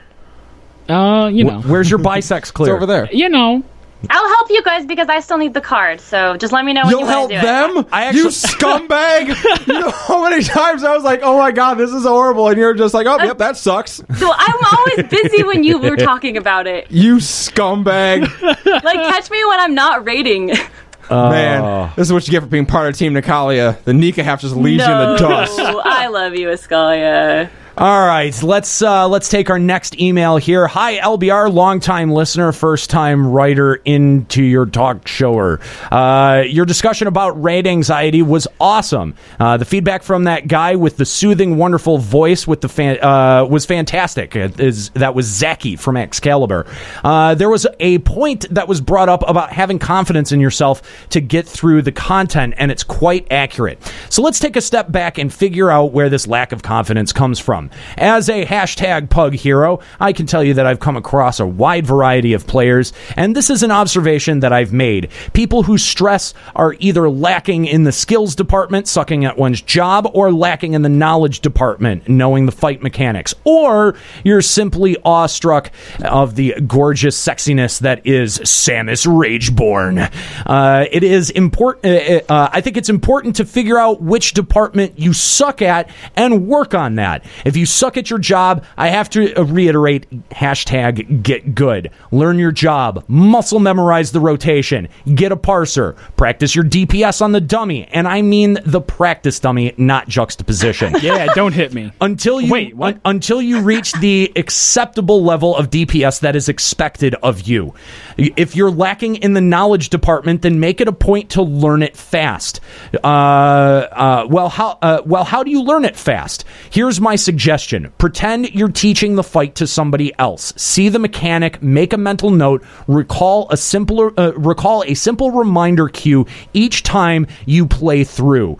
When I play through the fight, I say everything that I see and do out loud. I think there's some scientific study out there that shows if you verbally announce instructions or reminder cues out loud, you're more likely to absorb and retain it. That's an interesting point. Also, given because that's one of the big I think criticisms of ACT and a lot of the parsers is that they will call out phase changes or major mechanics for you, so that you don't necessarily have to remember that it'll be a cue that you end up hearing and you react to it, as opposed to actively knowing what the cue is, saying it out loud, and learning it that way, as Samus is suggesting. If you're only focused on seeing the fight and doing damage, you'll end up tunnel visioning, as stated in the episode. However, if you take the effort to verbally cue when the next mechanic is going to happen, I can assure you that you'll have a much easier time absorbing the mechanics and repeating them with success. For example, during sex, I make it I make it a point to yell, "Inner Beast!" And that's to let her know I'm about to... All right, no, never mind. Donkey punch the back of the head? Cannot read that on the air. Donkey punch. Lastly, if you're awestruck of Samus Rageborn, well, you know where to find me at www.evolvedmail.com/porn. So thank you very much, Samus, for that. Great idea. For that email. Interesting email. It is. No, that's a good suggestion. I like I that. can attest to that, actually, talking about T7, when because you get the buff and then your scream goes out after a few seconds. I actually would, because it was called like a whatever scream, I would actually scream every time my scream was about to go out, and that would remind me and Surin. So it does help. I think it does, and there is some. I know what Samus is referring to when he says that there's some kind of scientific study out there that says if you actually say something out loud, that it helps you learn it better. And it's a study tactic for like school. It is. I so enjoy him actually, making the comment to get good, and then providing a solution for how you may do so. There you go. Yeah, that's how you get good, is by getting good by doing a thing. Yes. Yes. All right. Can I read this last one because it's ties into promotional plug? Yeah, sure. From Kasumi. All right. Hello again, LBR. I don't know if you remember my previous email, but I'll keep this one short and as un-essay-like as possible. In episode 2 of Final Encountercast, Ascalia announced a charity event for people with gender identity issues. This is important to me, considering until now only 4 people were aware that I myself am a pre-hormone transgender. One reason I play as a female character in FF14 is to cope with my dysphoria, which I guess I'll just go ahead and say it. That was the true reason that I picked a Mithra back in the FF11 days. However, I've avoided... Hashtag real talk. Hashtag real talk. That is the actual reason that I am a Mithra, so for all the other excuses that I've made over the years, they're all lies, sorry. However, I've avoided using any methods of voice or video chat, such as Skype and TeamSpeak, out of fear of judgment and rejection by those who assume I look and sound like a woman, have all the female exclusive body parts they may think are somehow important for running raids and defeating primals. I don't get it either.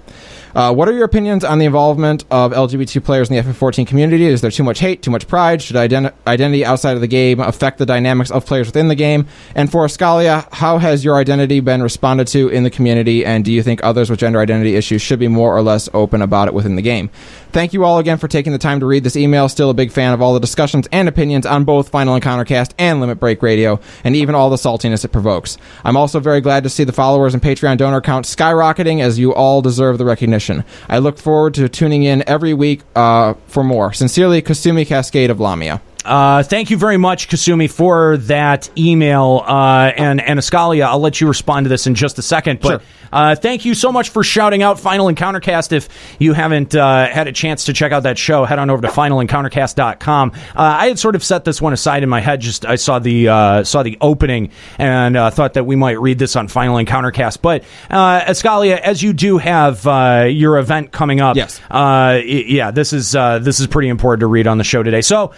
Ascalia, why don't you take a second and talk about this issue, because it's a pretty serious issue. Yeah, all right. So, like I said earlier on, a lot of people who are transgender or bigender or gender fluid or whatever you may call yourself, it is a nice escape to pick a female character in this game, because you're not on camera or anything like that, and if you want to express yourself as a female, you can, for the most part, and it is a definite relief. It was one of those things that made high school much more bearable. To answer your question, the response to me coming out on stream was incredible. Super positive, super supportive, super supportive and positive. I had friends and family in the stream the first night I did it dressed as a female, and everyone was incredibly positive. Immediately, everyone switched over to using my feminine name, using Callie instead of just straight up Ascalia. On that note, I wanted to thank you guys for allowing me to use the name Callie on Final Encountercast. It may not seem like a big deal to you guys, but it is a humongous deal to me to use my feminine name in something that I consider a career ambition. This Friday, we do have Seeds of Acceptance coming up. It is going to be my charity live stream. I'm going to be playing a marathon playthrough of Final Fantasy VIII, start to finish in one sitting. That's this Friday at 3 o'clock Eastern Time, running until whenever the hell I finish. All donations to the LBR Patreon, not to the LBR, to the PayPal for LBR during that stream will go to Go Affirmations, which is a charity that provides free therapy and counseling for people with gender identity issues, and allows them a safe haven to express who they are in a time of development where it's very hard to find anywhere where it's safe to express who you are. I wish I had known places like that existed in my teenage years. I would have really given anything to be able to do that. I kept who I was a secret from the world from the time I was 11 until I was 24. And I'm proud to say I will never do it again. But, that's pretty much what I've said. I say, there are a lot of LGBT individuals in the FF14 community. Tonight I'm going to be on Whispering Dawn, which is hosted by an LGBT individual.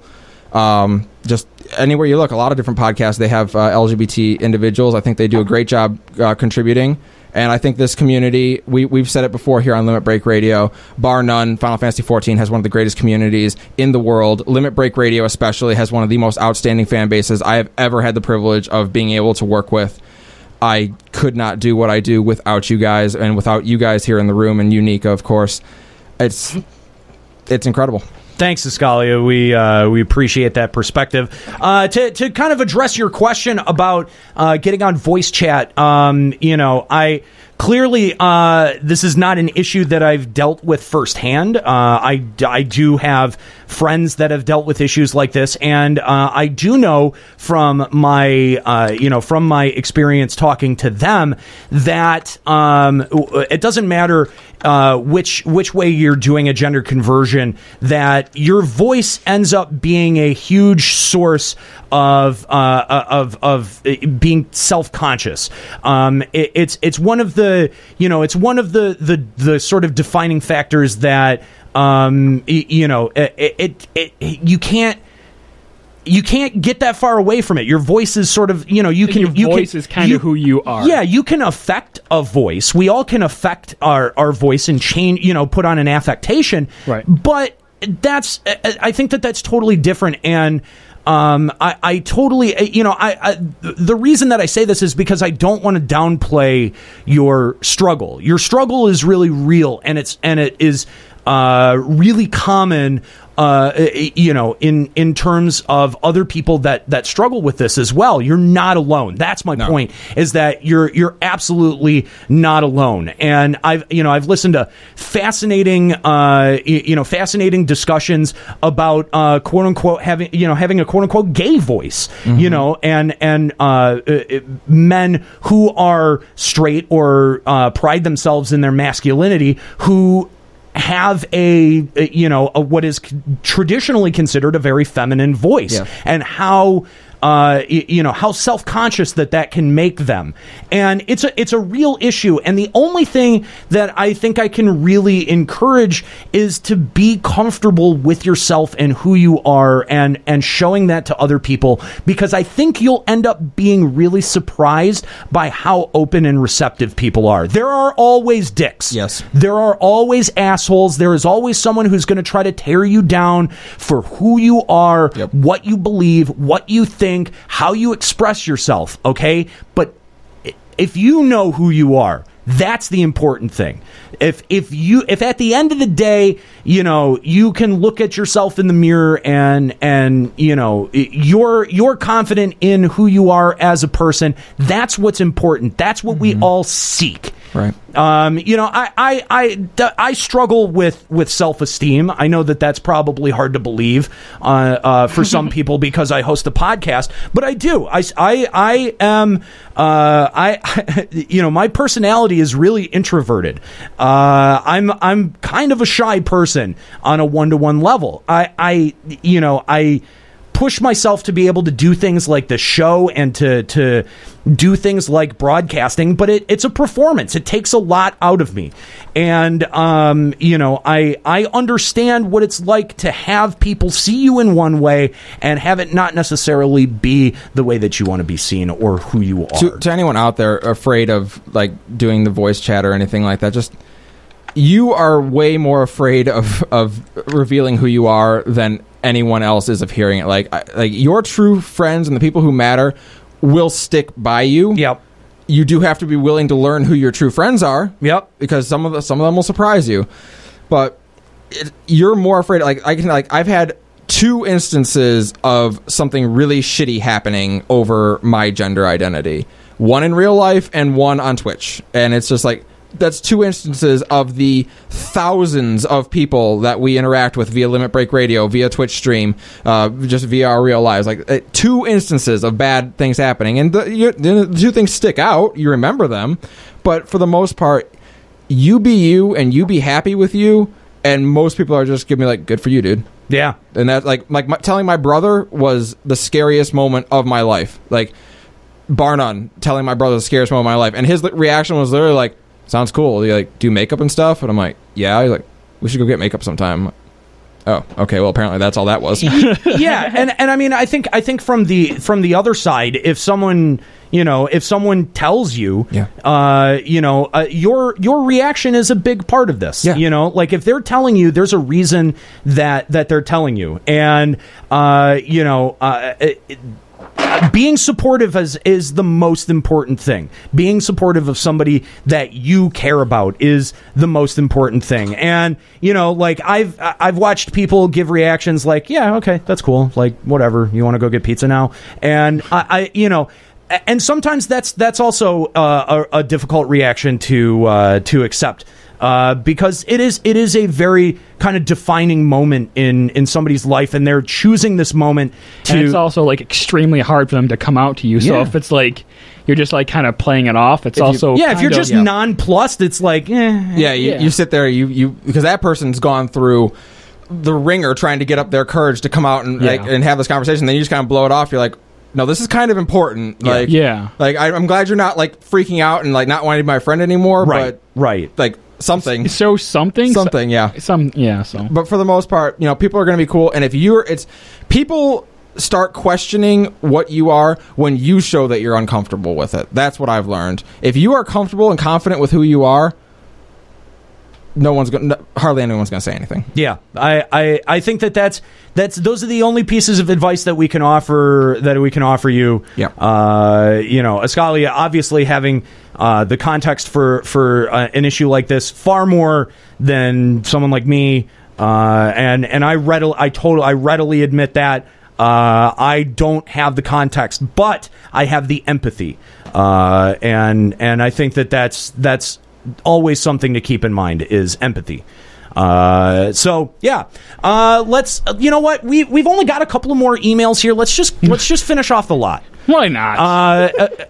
Nico, why don't you take this next email from I gotta find it now, we're all over the place. Yeah, I know we kind of have cherry picked these, but why don't we take this next one from Sergey Harlanik. If I can find it. Sorry. Found it. All right, here we go. There you go. From the Ifrit server. All right. Hello, wonderfully energetic hosts of LBR. I am sitting here listening to you guys answer an email about a player who is having a problem finding a static due to another player trashing their reputation. Some of the discussion was voicing some doubt on whether people actually go around trashing others' reputation. I wanted to put some perspective on the conversation with my own experience. Back in A Realm Reborn, I was a member of a 140-plus member free company that had a one-man raid with a few benchwarmers, myself being one of them. I pride myself on doing my homework for a fight, knowing my rotation, always researching how to improve, and being ready at a moment's notice. But at the time, I simply lacked a static. Then Final Coil dropped. I was asked by my FC officers to become the leader of a second raid group and started working out who was going to be on that.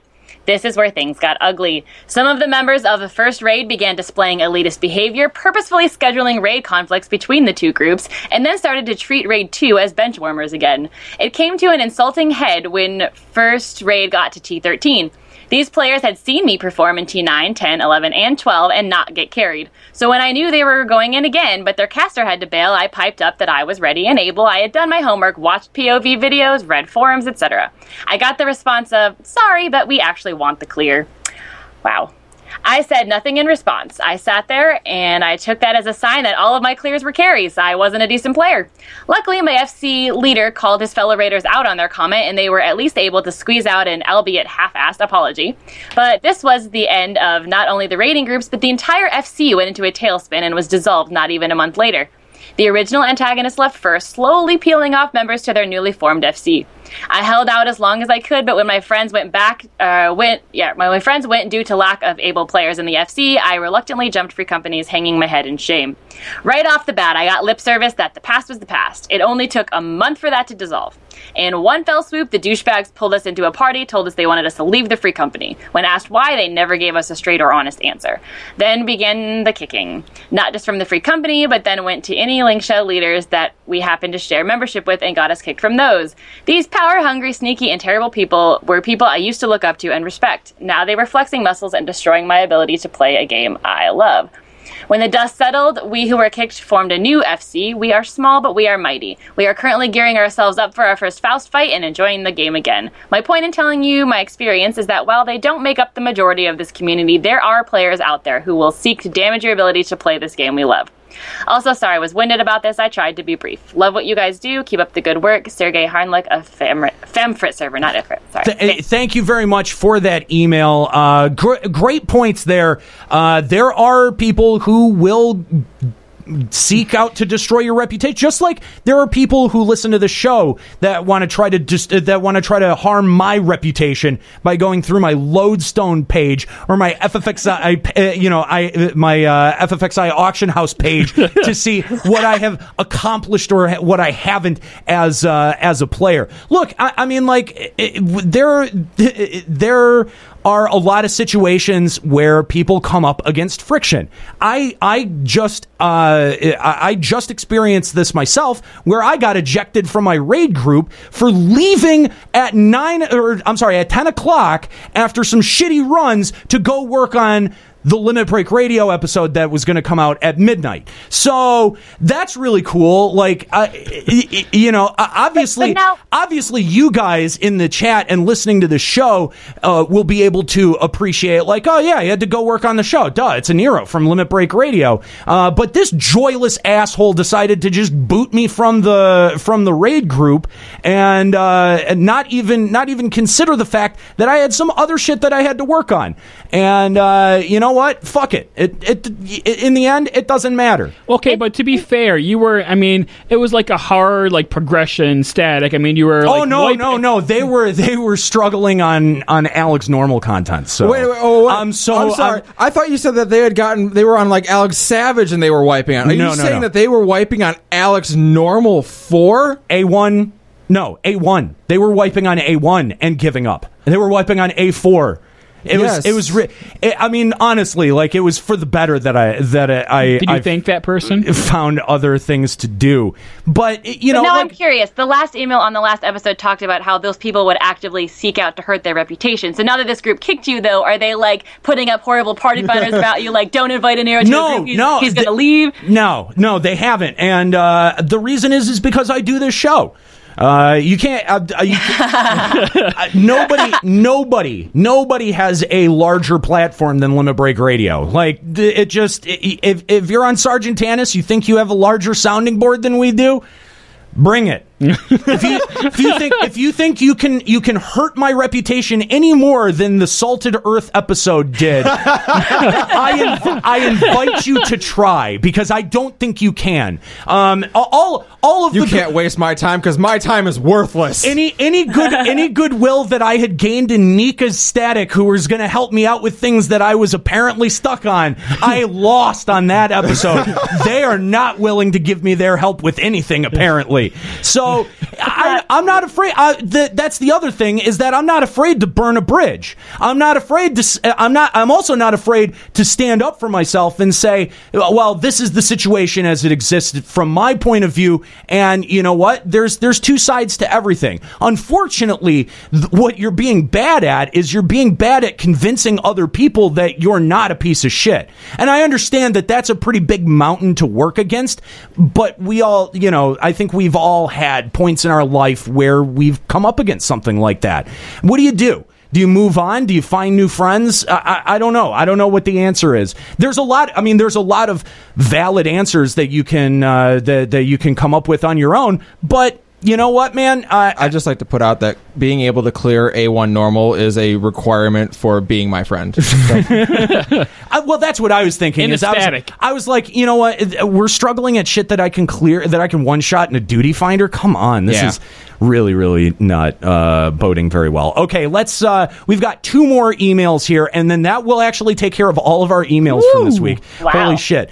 So let's see. This one comes from Asger Kadon from the Cerberus server. Hi everyone, love the show. Having only found it a few weeks ago, I've been playing FF14 for 6 months now, and after it was recommended to me by a friend to take my mind off of my partner's death. Oh, that sucks, man. I'm really sorry. I must admit that this being my first MMO, I was apprehensive, but it's an absolutely fantastic game, and I've met some brilliant people. I'll admit my experience has sometimes been diminished by some douchebags in dungeons, but mostly it's been great with great players. One quick question though. What do you mean by glamour when talking about equipment, etc.? Keep up the fantastic work and content, Asger Kadon of the Cerberus server. First of all, our condolences for your loss. Yeah, so sorry. That's really terrible. That's awful. And the second thing is, I don't know if maybe you're at a point where you haven't unlocked glamour. I know you have to be at like level 50 to be able to unlock glamoring. But what it does is you can change the aesthetic of any piece that you're wearing to any other piece of gear that you can equip as that job. So if there's a weapon that you like and it looks, you like the look of, you can change the look of whatever weapon you've currently got equipped to retain that form. It's only a graphic change. It's only aesthetic. None of it, you can't change stats on weapons. That's what materia is for. So yeah, that's, when we refer to gear as being glamour gear, it means gear that has no stat purpose, than that you would only use to change your gear's look. Right. Yep. So if a gear is a glamour gear, that's what we mean. Yep. All right, and who wants to take this last email? I got it. All right. Hey, LBR crew, and number 6, Kappa. It's Etherean Buyer from Cerberus, back to write you guys an email as I watched your last episode of LBR, LOL at Mr. Salty wanting his money back. I took notice to a certain email talking about his thoughts on the game's, quote, progress being very repetitive. 3 dungeons and an EX Primal and a raid. I remember this email, yep. And here is what I want to add in. I don't doubt Yoshi P, since he did an amazing job in fixing 1.0 and have his wards so far. But in a way, I feel like Yoshi wouldn't put all his eggs in one basket with the FC airship content. What do you guys feel about this, and what are your thoughts about this? Do you think that Yoshi has put all his eggs in one basket, or does he have more, and this is just the tip of the iceberg? And will Gil ever be useful? If you say glamour, Juxta, fuck you. Nothing but love. Smiley face. Anyways, thanks for taking the time to read my email, and I hope the show never changes. Sincerely, Etherean Buyer. Thank you very much for that email, Etherean, and do I think or do I hope? Because I hope he doesn't. I hope Yoshi has more than just the FC Air Company ship. Yeah, I agree with that. And I think that's why we've, or at least I have also been saying that, the 24-man raid would also be a good place to try to incentivize free companies working together. Yep. Yeah. Yep. There's actually a lot that they could choose to do that they haven't implemented as part of this game that was around during 11. And we've gone through these before. Things like pop items, tiered systems for NMs where you have to fight, and down a certain NM to be able to progress to the other one. These are all different ways that Square Enix could choose to gate or unroll their content that they have not chosen to do. Everything has been instanced. Everything is either a dungeon encounter or a single encounter versus a primal or whatever. And that's the pattern that they've chosen. There is a lot of, this game, clearly you can have deviations for that. Hunts is a pretty good example of that, and it's something that we got, in the mid patches of 2.0. But let's take Hunts and let's expand on that idea. Let's give us something more than just Hunts in the entirety of the 3.0 patch, from 3.0 to 3.5. Let's give us some other things to do that are concentrated at the end level, the large the large party alliance style content, and then that kind of solves a lot of that problem. And again, they have that ability with everything being so concentrated at the end levels of this game right now. You seen the comic where the guys at SE talking about what they're going to put in the next patch? And the guy's like, how about a weapon that's good for more than 2 patches? And they just throw them out the window. I did see that. Yeah, I love that meme. I did see that. So thank you very much for that email. That's going to do it for us here at Limit Break Radio today. Long episode. Real long episode. Feels like the olden days. I know, right? But we got a great discussion out of this episode. Way more lively than what I was prepared to sit down and do today here, guys. So thank you so much for your lively conversation. Thank you to Raven, our one caller this episode.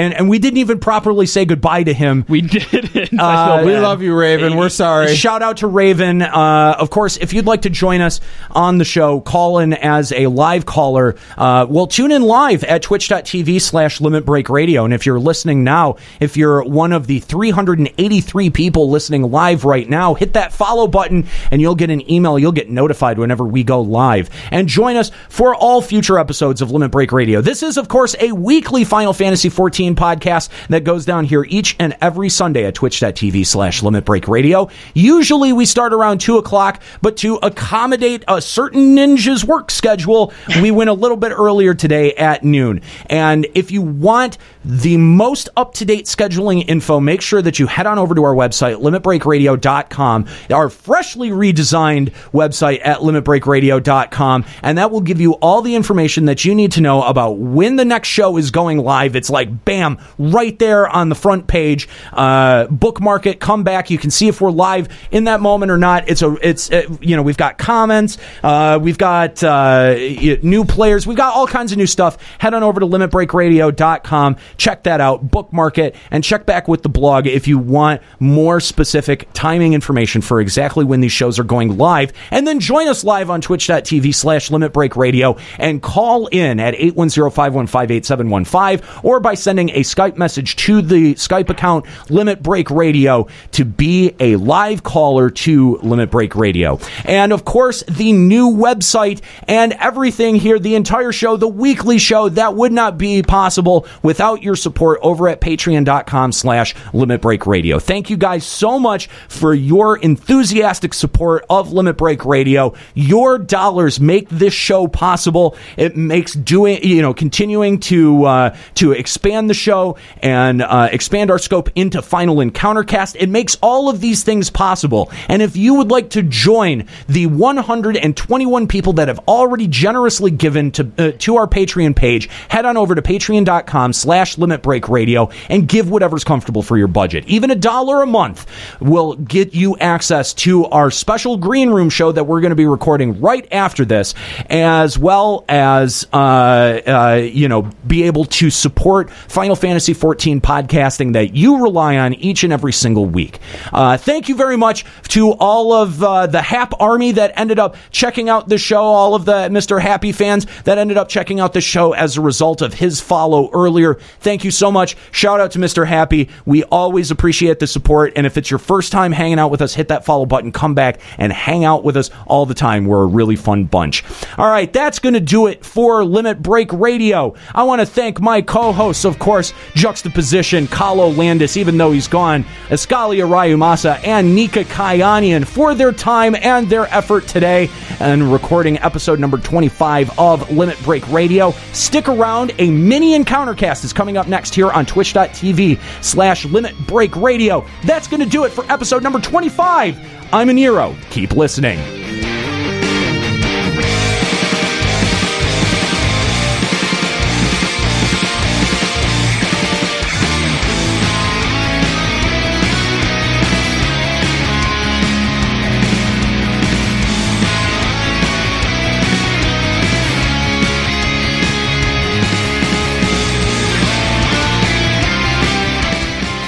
Limit Break Radio is a production of LimitBreakRadio.com and Bender Media Productions. Final Fantasy XIV and Eorzea are trademarks of Square Enix. Funding for Limit Break Radio is provided by Miri Kennett, Scry De La Rosa, Zurian Urexin, Satori Komeji, Karquin Albarn, Rajan Nelka, and fellow Limit Break Radio listeners. To support Limit Break Radio, visit patreon.com/Limit Break Radio. Opening music in this episode from Daniel Lambie. Listen to Man with the Machine Gun and other great tracks at facebook.com/Daniel Lambie Metal Gamer.